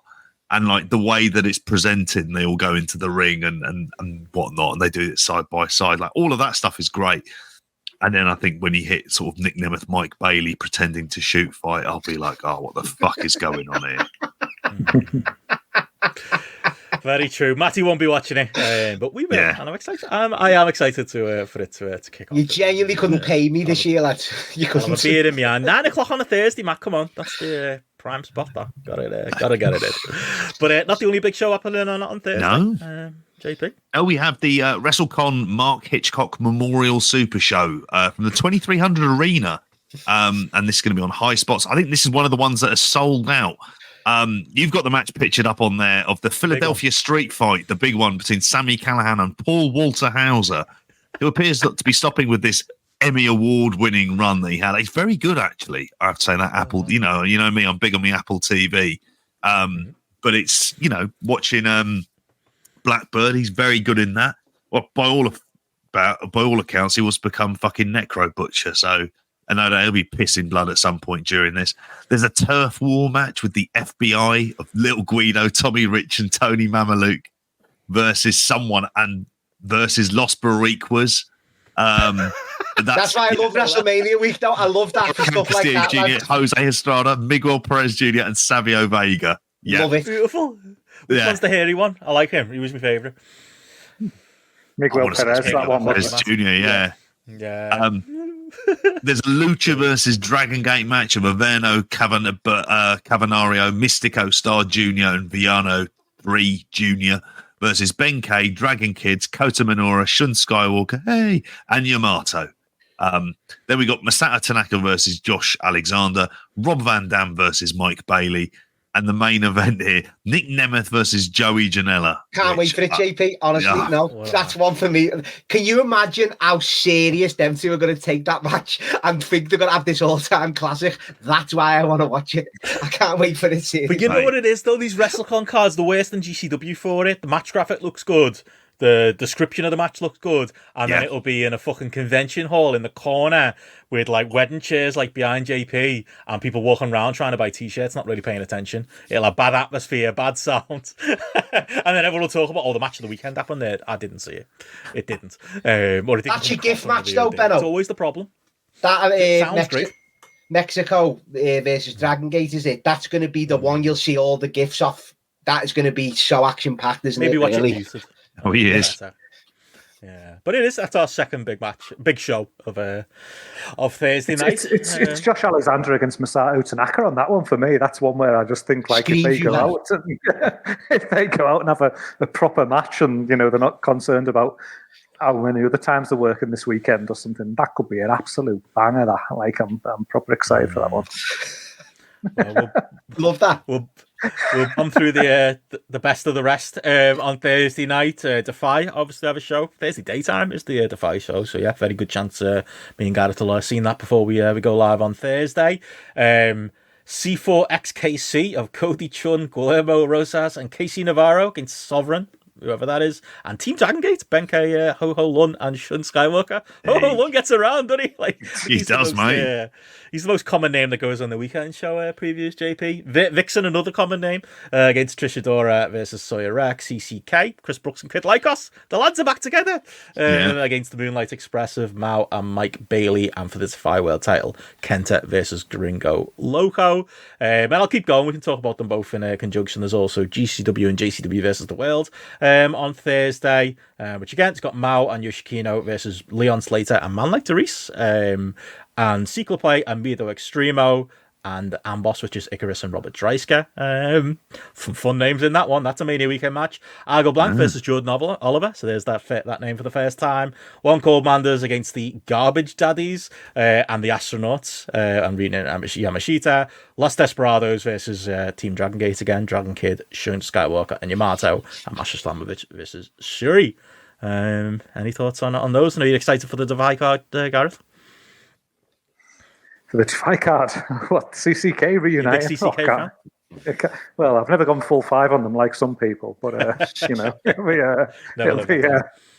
Nah, I mean, I think this is one of those where it just looks like an interesting mix. I think of the four matches here. There's I think the different people like working across this, just having seeing Brooks probably on this setting now as well after being away, seeing obviously it's Gringo Loco, but just Kenta again, just working here. I think that there should be some interesting stuff with the women's the women's match there with Trish Adora and Verfixen as well. I think that one just jumps out as something that's probably worth watching as well. I think it's for the card over the weekend, I think it's something that there's probably going to be a couple of standouts there. But again, as you look at the obviously people know I'm not the biggest GCW fan in the world, but even looking at this, looking at this card as well, getting to see that mix, that first, the 4-way tag with Leon Slater and Darice in there, with the likes of Cyclope and Robert Dreisker obviously in there as well, good, just interesting sort of like fun mix going on there as well. Right through the women's match, Masha Slamovich against Shuri. That should be like a really interesting combination. Seeing those two like pairing up there as well. So again, it just shows you. I think this is where like you get your kind of legitimate worlds colliding when you get these kind of like cards like this, where there's just the randomness of the pairings. It could shit the bed, some of these, but sometimes this is where you just get this like sprinkling of gold dust, where just something just weird and wonderful just comes together. And this certainly looks like a couple of cards where you might get some of the best stuff of the weekend. Sure. And not the only stuff going on Thursday, JP? There isn't. We've got Stardom. They're over. They've sold out the 2300 arena. They're American Dream 2024 in the Keystone State.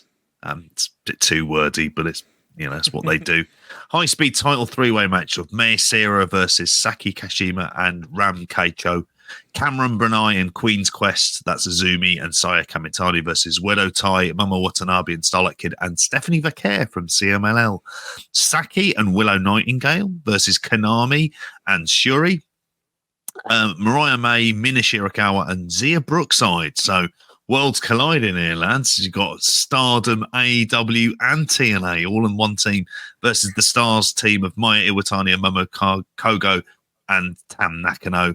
And then for the World of Stardom title, Micah versus Megan Bain in a match that Micah will win. And then DDT goes Philadelphia. But they're going over to the evil side. They're going to have to clear these tables behind me for video viewers as they're back in the Penn's Landing Caterers as well. And we've got in here Kazu Hirati versus Yoshiko, Chris Brooks and Kid Lycos versus Brian Keith, because that's how it is, and Shota. I think you've got to have Brian Keith there. It feels wrong, really. Is it really a WrestleMania weekend if he's not around? He survived the cut so far. Takeshita versus Shunma Katsumata. You got Nick Wayne on the card as well, teaming up with Takeshi Masada.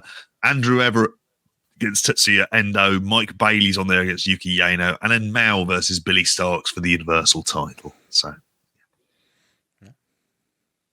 there we go. Other show on as well Thursday to wrap up. I should get Matty to read out these ones. Matty and Gareth do these. Go on, lads. This one, the Labour of Love, once again from the Attic Brewing Company, is it, JP?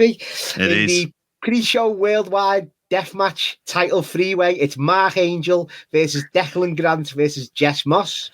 Colin Delaney, can't believe I'm reading his name out, versus Sean Henderson. We've got the HTW Ray the Reigner's title 9-way match with, right, bear with me here, Rob Radke, Bill Wagner. Pages fella?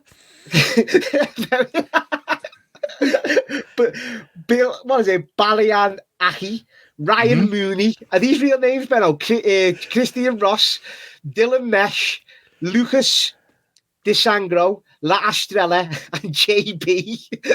I don't know whether you're Dev 9 are, I'm sorry. Best 2 out of 3 falls tag match. We've got Bang and Matthews of August Matthews and Davey Bang. This has got to be lined up. That's not. Versus Fresh Air of Julia Benito and Mac Rayman. This is definitely a wind up GP. You've read the grand total of one fake name during that, but we'll go into that in a bit. That's got to be Junior Benito. Got to be. No, it's actually Bill Wanger. Well, you said Wanger, which kind of lost it. Gareth, you can read the next one, my friend. Oh yeah. Well, this is one that's definitely really is. We get the this is almost like an episode of Time. This, as we've got the 880 Wrestling Thursday Night Fights, as we get former Liverpool star Andre Wisdom going up against Crime Watch host Nick Ross, kids' favourite Mr. Tumble in there with another former Liverpool reserve player John Welsh. There and Tass. Lovely stuff. And the Candyman Cliff Bland. Who'd have thought that collection of people would be thrown together on WrestleMania weekend? Like a walk-in pick and mixer. What's the 880 title? That's what I want to know. The promotion's real. None of those people are. No, they were all made up. Oh no. Seriously, the real people, JP, but they're not wrestlers. Oh, Christ. But then, obviously, it was leading us nicely into a proper show on the Friday. We've got, and I know, Matty, you're looking forward to this one in particular, Ring of Honor Supercard of Honor from the Liacouras Center in Philadelphia, obviously. What have we got here? We've got a Fight Without Honor match of Johnny TV with Taya Valkyrie versus Dalton Castle. Fucking everyone. We've got Ring of Honor World Television title match, Kyle Fletcher versus Lee Johnson. Screams Gareth, that one. A Stardom match of Queen's Quest, Azumi and Saya Kamitani and Tam Nakano versus Empress Nexus Venus, Maika and Mina Shirakawa and Mai Sarai.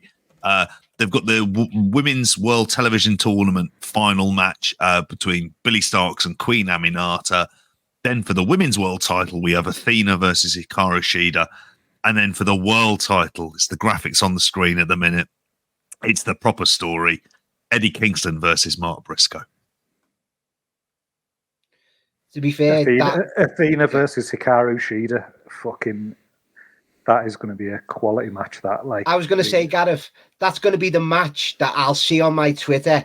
Everyone raving about the whole weekend. That is the match I will see everyone saying that's worth checking out. So, but that and Kingston and Briscoe, I mean, you know, that's just going to be emotional, and that's going to be a good one. That one. So, to be fair, JP, 2 matches out of the 6 there that I'll definitely give a go. I think the main one I'm questioning there is why the ROH need like a women's world television title, and why I know why there's been a tournament for it, because Big Tone just loves the tournament, but like a television title for it should be the not on television title. How bizarre! Why do we need another? Why? I don't know. Whatever. It's just apparently the matches have been good. Plot, rightly says here on the TV. They carried the TV. Really, it's weird. It's almost become the women's wrestling promotion, ROH, and they are the bulk of the matches here. Obviously, those 2 singles and the tag as well. But like, when in doubt, have a tournament and create a title. Exactly. That's the exhausting thing about it, and. I mean, all 3 of them will be good matches, though. It's like, that's the question here with ROH, and it's ROH, so, you know, we're promotion, you know, we're going to get great matches on WrestleMania weekend, like, tell me what year it is. But, I mean, it's a bigger conversation, isn't it? Like, it just speaks to where we are with ROH, that, like, you know, the build for Eddie Kingston and Mark Briscoe has been promos on Twitter, great promos on Twitter, and then a strange interaction on Collision this weekend between the 2 of them, just to remind you the matches coming. I'm not someone who'd push for more AEW TV time for ROH, but pay-per-view round the corner, they're both on TV anyway. Feel like that might have been somewhere where I might have made an exception, but it does. We've said it a few times, JP. It feels reheated. Like, oh fuck, what are we gonna do? What are we gonna do for oh well, natural story. Mark Briscoe can go for the title, and there is a story there. There's a real life story, but it's have they actually told it on screen? It's probably not going to matter at the end of the night. It's going to be a great show. It's going to be one for the sickos, but yeah, that's kind of the issue of where ROH is in the world at this point. I think so. I think you look at the attendance for this as well. I mean, you know, it was WrestleTix, I think it was 3 hours ago. I've said so far they're set up for like 2,500, and that's with the entire top tier on there. And they've 2,227. And I can't help but feel like this is a WrestleMania weekend. You've got a captive audience there.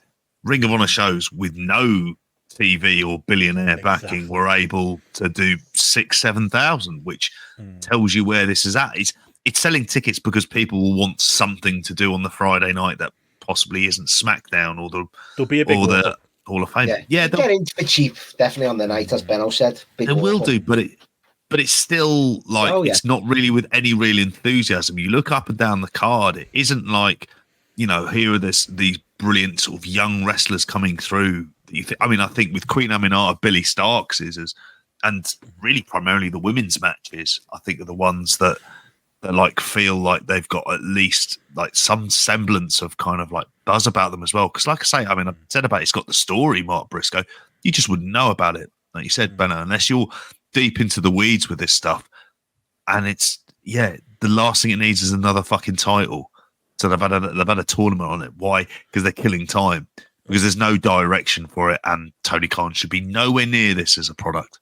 Should be testing people, booking ideas. This is what this program should be. Yeah, It never had a mission statement. It never had a plan. It never had a, like, this is what it's going to be. It's going to be different, and we're going to do this with these particular wrestlers. That has never happened with ROH to this day. It is just more AEW for people who want more AEW. Like, to the point, like, we're going to get into the other shows on the night here. Do you know where Bryan Danielson is on this night? Like, former ROH champion. He's in Mexico, like, loving it up in CMLL. Like, I feel like, you know, Tony Khan could have made that happen over here, him and Blue Panther, I suppose. Odd, running head to head with their own show. You know, that's going to be on pay-per-view as well, isn't it, for CMLL? And that's actually more exciting than, we'll get into it in a minute, than a lot of generally what's on this ROH card, even if we know there'll be good matches there. It's just I legitimately did not even know that this card was happening. This show was happening until Collision, and they had that like interaction between Kingston and Mark Briscoe. I had no idea, like at all. Which, if you think, you know, you're a wrestling podcaster who spends half your day on Twitter, and I still didn't know that it was fucking happening. That is bad. Like, agreed. Well, moving on from there, the other big show on Friday night, WrestleMania weekend tradition. Yeah, it's Joey Janela's spring break, as we have. A very Joey Janela card. Remember when he said he was retiring for putting these on? That didn't last very long, did it? Gringo Loco versus Listico was on the show. Matt Cardona against Blue. It says Blue Pain here on Cage Match. Blue Cane. We got Danhausen and Ram Kaicho versus Maki Death Kill, which is Maki Ito and Nick Gage. Rock and Roll Express and Kerry Morton against the East West Express. Jordan Oliver, Nick Wayne, and Mike Bailey. Got a Dragon Gate Classic. Dragon Kid, KZ, and Yamato versus Raya New Generation, which is Ben K, Kota Minoura, and Shun Skywalker, going for that old school old Dragon Gate WrestleMania weekend big match plan. Sorry, I was trying to figure out if the next match is part of it. Minoru Tanaka and Masato Tanaka and Minoru Suzuki aren't in that match. It'd be funny if they were, though. Against Masha Shamovich and Rina Yamashita. Effie versus Mance Warner, and Blake Christian versus Joey Janela makes up the show as well. It's on at about 6 in the morning our time, so it'll be a good time for you lads to get up. JP will be feeding the baby as this one comes on. In general, though, I think that's a decent little card for spring break. I think it's okay. It's okay. We're a long way from where it is, though. It feels. I was thinking about this. I was like, are these like the police academy of wrestling shows? In many ways, where like the highlights were like the first kind of.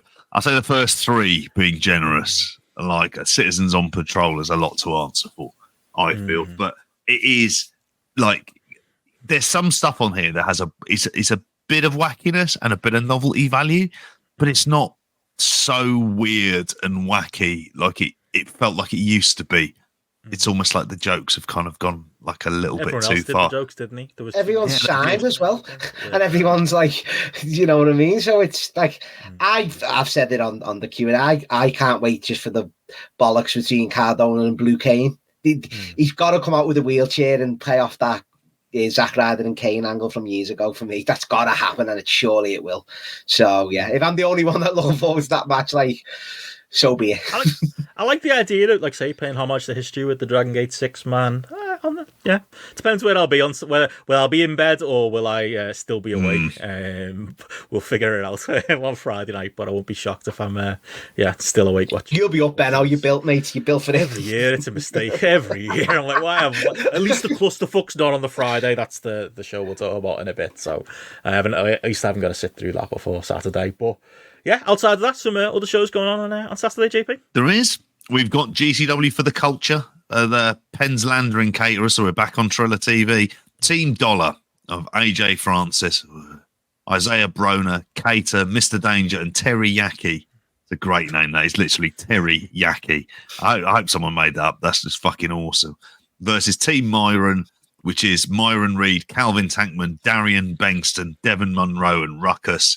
Two Gold Scorpio versus Jarcy, Sonny Kiss versus Man Like Doris, and for the Pan-African World Diaspora Wrestling title match, Shug D versus Alex Kane.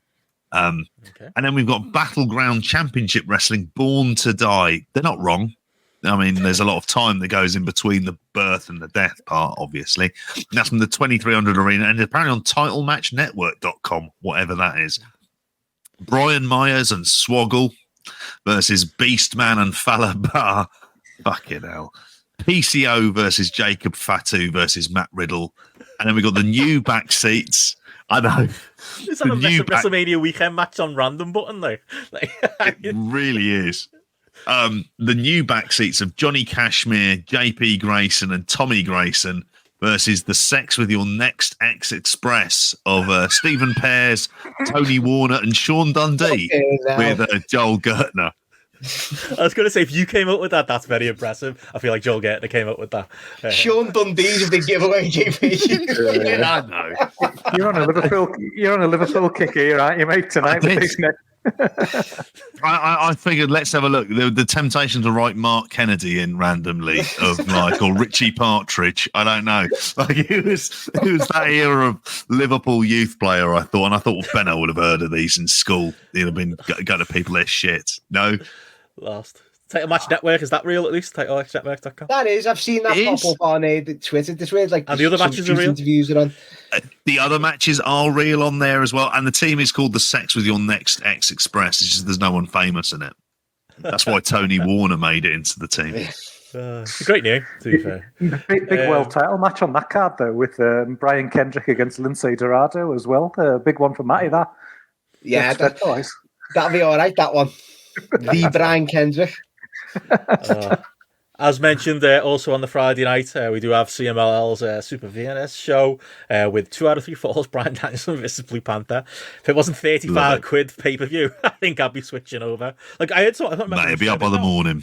So somebody said though, we literally should during the ROH pay-per-view just go. We're going to go live via satellite. A feed in, yeah. Mexico. Yeah, like they should.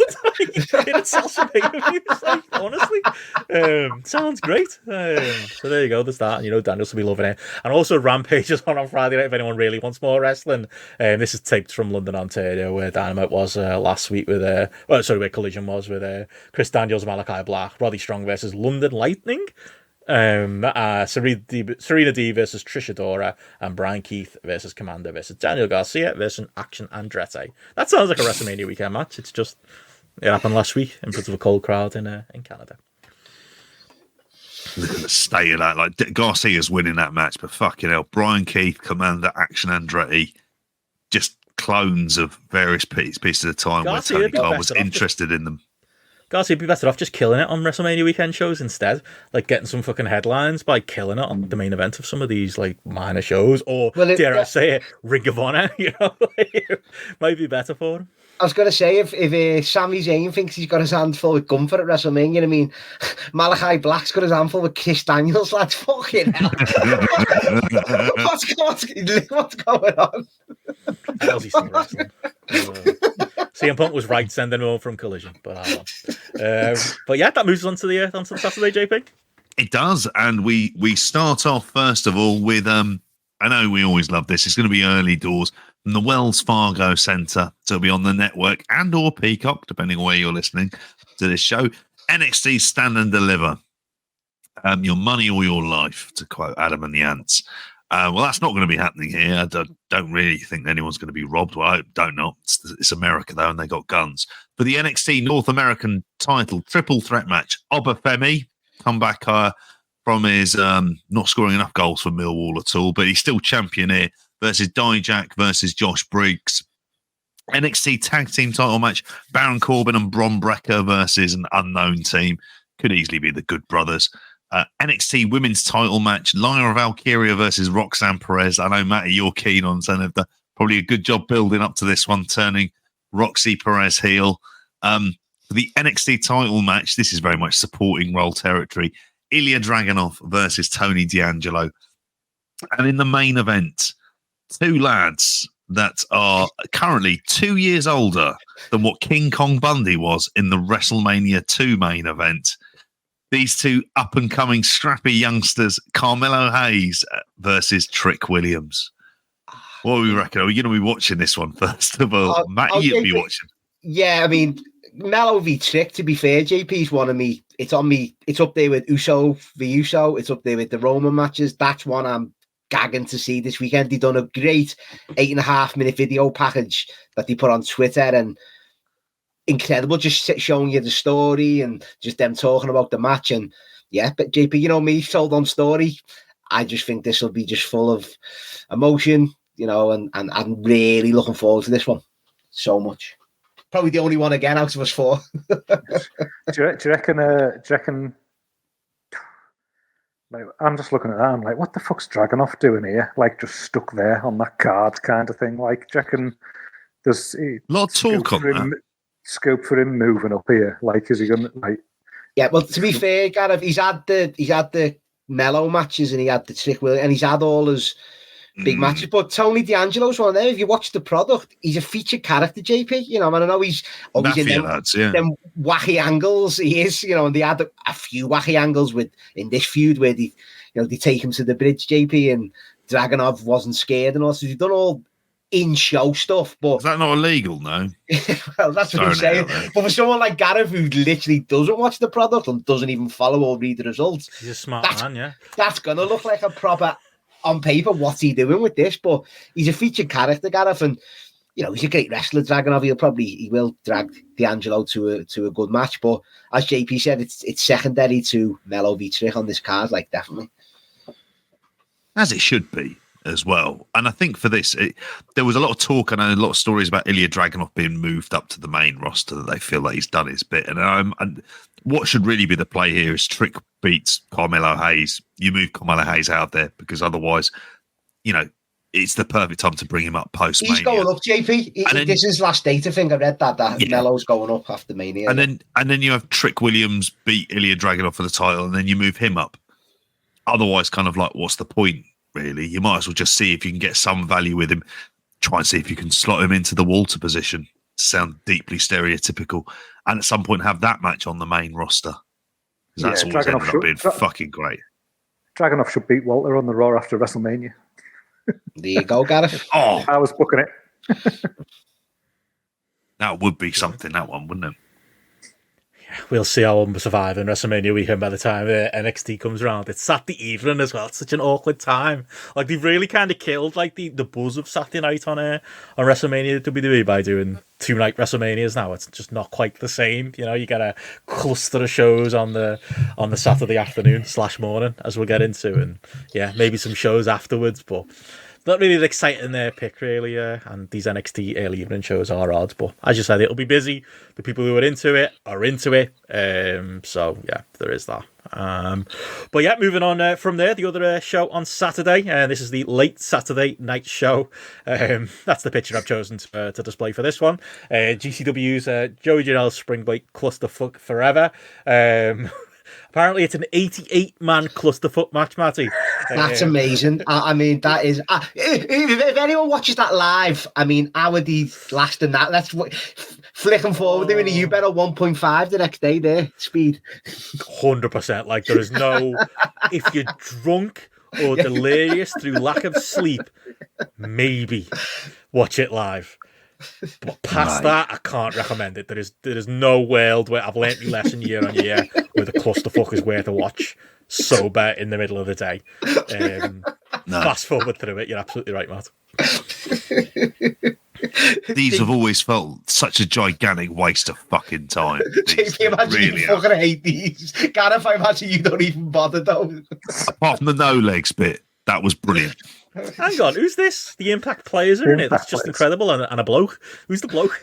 That's Jason, the fucking bloke? That's Jason. That's Jason. Yeah, that is Jason. Yeah. Okay, I'll take that. That's all right. Okay. There you go. Now He looks. He was never Lance Storm. Was Jason Knight, world's sexiest man? Yeah, world's sexiest. Well, he was.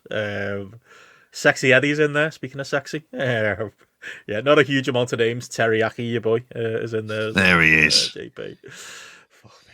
There we go. Oh, yeah, and obviously Dink and Buck Bresner also announced for it so far. Show's also got a Punjabi prison match on it, for the tag belts, which is Violence is Forever, JP's boys against Jacob Fatu and Zilla, also JP's boys versus the Bollywood boys, which I reckon are kind of JP's boys, versus Sequel Player Muir Extremo. Well, I'm just going to say, JP's boys. There's a match for you there, JP, on the side of Clusterfuck. I'd really be hoping that Jacob Fatu and Zilla Fatu are getting involved at a main event angle at WrestleMania, as I booked it earlier on, helping them. We'll wait for Mania to hear. We go there. Quick, if they lads, we did got to get into the. Rock will be like, where you going, lads? Oh, we got to get to the cluster. Indie booking. Just fucking go. In their gear, getting in the car, and Rock will go with them. Maybe that goes cold water on that, doesn't it? Oh, that's good. Well, I was going to say best of the rest, JP, but there's a pretty big show happening on Saturday morning as well. Not strictly WrestleMania weekend, but some interesting stuff. Oh, exactly. From a place you know very well, it's the old Ryogoku Kokugikan. And then they've got again in Tokyo. It's New Japan Sakura Genesis. Fuck your WrestleMania is the tagline. No, it's not. But what they've got on here, I'm just going to go into the main stuff, really. IWGP World Heavyweight Title match. Don't hold out any hope, folks. It's Tetsuya Naito versus Yota Tsuji. Yeah, Naito wins. He's a great draw. Brilliant stuff. Well done. John Moxley and Shota Umino, because Moxley's going to Japan, versus House of Torture of Jack Perry, Gareth's favourite, and Ren Narita. Junior heavyweight title match. I've been waiting years for this to happen. Not with any expectancy, but Sho versus Yo. Yeah. Tag team title match. Bullet Club, Chase Owens and Kenta versus Bishamon, Hiroki Goto and Yoshihashi. It's almost like they're going to put the belts back on the team that they just took them off. Why? For shits and giggles. What else is happening here? I'll ever see this, JP. I don't think I will ever watch that. I'm just junior heavyweight tag team title match. War Dogs versus Catch 2-2 versus Intergalactic Jet Setters, Kevin Knight and Kushida. And as soon as I see Kushida's name, I'm out. I don't want to see that match ever again because I've seen too many of his matches. Callum Newman's on the undercard, though. Good for him. And that Russian unit, Oleg Boltin, as well, who I think's got something about him in an even Drago type way. Like, can I just one question? I know we're going through these, but are Bullet Club still a thing? Like, genuinely? Like, Mate. Who's the leader of Bullet Club nowadays? Does anyone know? David Finlay. Fucking hell. It's the fans who are really the leaders of Bullet Club, Matty, when you think about it in some ways. Bastards still buying them t-shirts. Yeah. Blame them and me to an extent because I bought one. I've got guilt. It was a different time, JP, you know. Devlin, a Balasari in his island top, all of that, you know. Very. Oh, mate. Yeah, don't get me started, but yeah. Different days. And then from there, the other stuff going on Saturday, we have another GCW show, FE's Big Gay Brunch, of course, taking place Saturday afternoon. Rina Yamashita, Billy Dixon, Dark Sheik and Sonny Kiss for the Ultraviolent Championship. Sawyer versus Max the Impaler, Bussy against Dirty Breeze, Tyler Breeze and Dirty Dango. The Team Power versus Team Polo elimination match, but I've been going through those names. Either Surreal and Jamie Lynn Senegal versus The Runway, Mamoth and Aaron Rourke versus Rico Gonzalez and Devin Moreau. Is that Rico? No, that was Rico Constantino, wasn't it? And Karam versus Max the Impaler. That's happening. I look forward to Will Keeling's write up on it more than I look forward to the show itself. Apparently Sawyer injured. In what feels like a match that we should watch at some point, because I know that there's this dark day is going to be happening in the future. GCW versus Tokyo Joshi Pro Wrestling. And we've got Rina Yamashita, Masha Slamovich, I know, for shame. Maki Ito versus Miyu Yamashita, no relation. I don't know. I have no evidence to back that up. Shoko Nakajima and Yuki Aino. What else happening? Steph DeLanda versus Hyper Misao. Suzumi and Pom Harajuku versus Nao Kakuta and Saki. Ali Catch versus Mizuki. Session Moth Martina versus Raku. Dark Sheik versus Yuki Kamifuku. I'm just saying names at this stage. And there's another couple of matches as well in case you're really interested. But do the work yourselves and look it up online because I can't be arsed at this stage. King of the Mountain Show's covered soon. And that wraps us up, really. Only other thing on Saturday of note, AEW Collision. Tape the Dynamite on Wednesday, so obviously we'll have spoilers for that. Is going to be on, like I say. There's the Hall of Fame, love it, guys. Paul Heyman going into the Hall of Fame. I was going to say we could talk about the Indie Hall of Fame, mate. I'm looking excited to talk about Steve Corino. I bet you 20 minutes on that, mate. Shall we have a big chat? Let's go. Who else is going in that, though, Ben? Genuinely, anyone else in the I've got to get it up for you now, because I know you'll enjoy this. There's some good names there, though, genuinely. I will enjoy it. He's got Colby inducting him as well. Okay. So, yeah, Jerry Lynn? cool. Jerry Lynn, the Briscoe brothers are going in. Mercedes Martinez is going in. Yeah, I've got who's going in. Oh yeah, it's Sabu. Can't have an indie wrestling Hall of Fame without Sabu. Trent Acid, that's the one. That's the one. Oh, that got my yeah. attention when they announced Yeah. it. That's an indie Hall of Fame. I'm out. You can Proper. laugh back to little about that. Yeah. Kevin Hogan. Don't necessarily know the name. But yeah, Trent Acid. Got a great picture with him from the King of Europe Cup in 2008, Matt. I bet you did too. He was just one of them guys that, like, when Gary was showing me all the CZW tapes and all the indie VHSs that, like, I just got attached to, and I'd love to go back and see if the way it holds up. And also, yeah, good to see him. No, good to see him. Getting put in there with Sabu. Cracking Yeah, graphic. yeah, they are. They're good graphics, them, aren't they? How dressed up it's a are good these lads idea. going to be? Yeah, and they got Punk in to come the year that, like, he possibly could. Like, you'll never see him at an event like that again, but him being there for Hero and Prazak and all of that. 2 years ago, was it now? Oh, Benno, is this the infamous Michael Modest is in here, isn't he? I was just going to say this.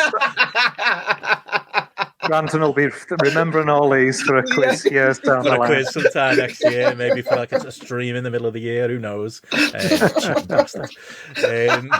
Love him though, to death. Cheating bastard though. Great man. He's like American you, Matty, he really is. Not that I'm calling you a cheat, And I was going to say. You just feel similar in some ways.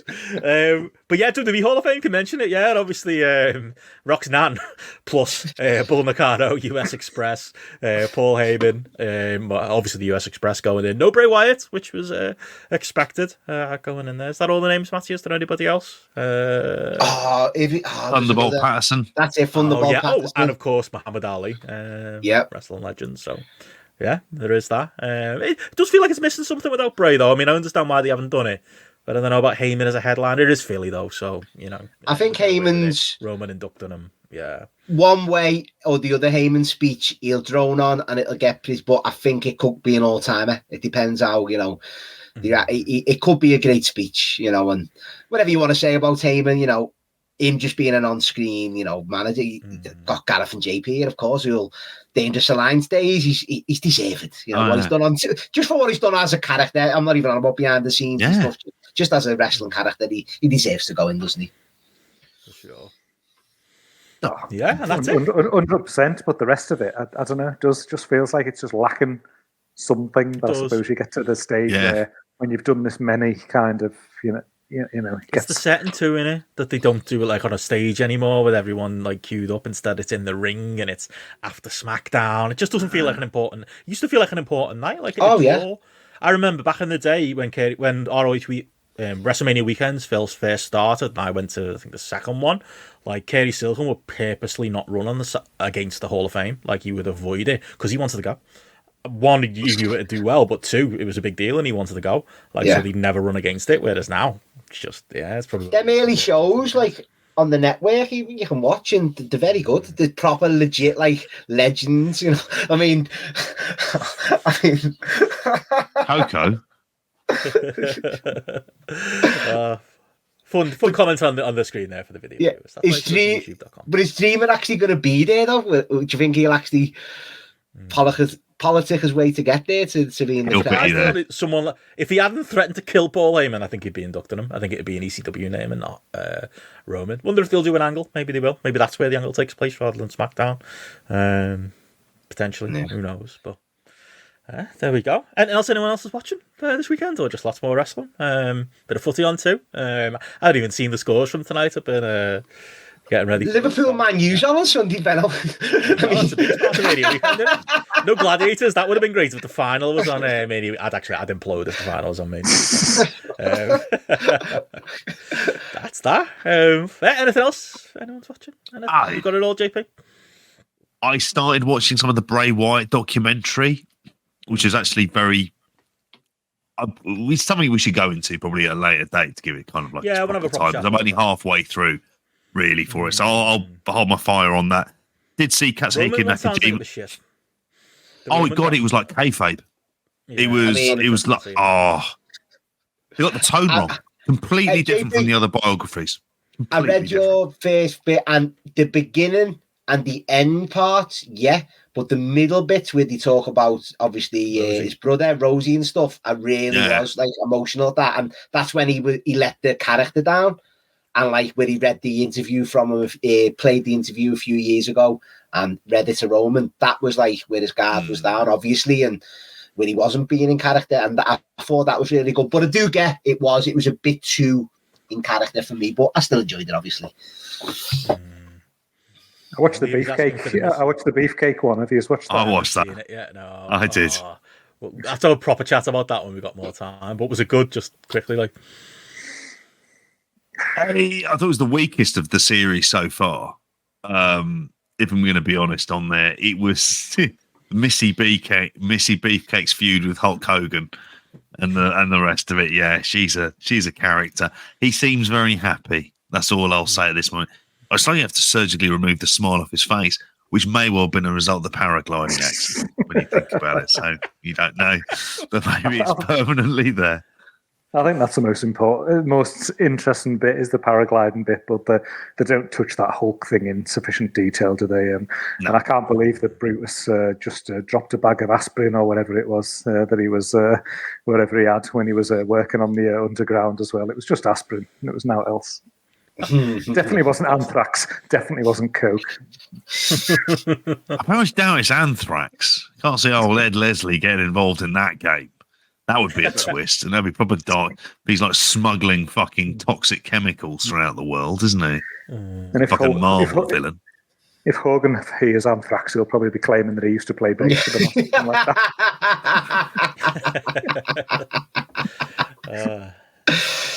I liked Punk's Ramones for the look good this week on his interview. That's all I was going to say. Speaking of poses wearing band's gear, probably best friends with him though, so it's fine.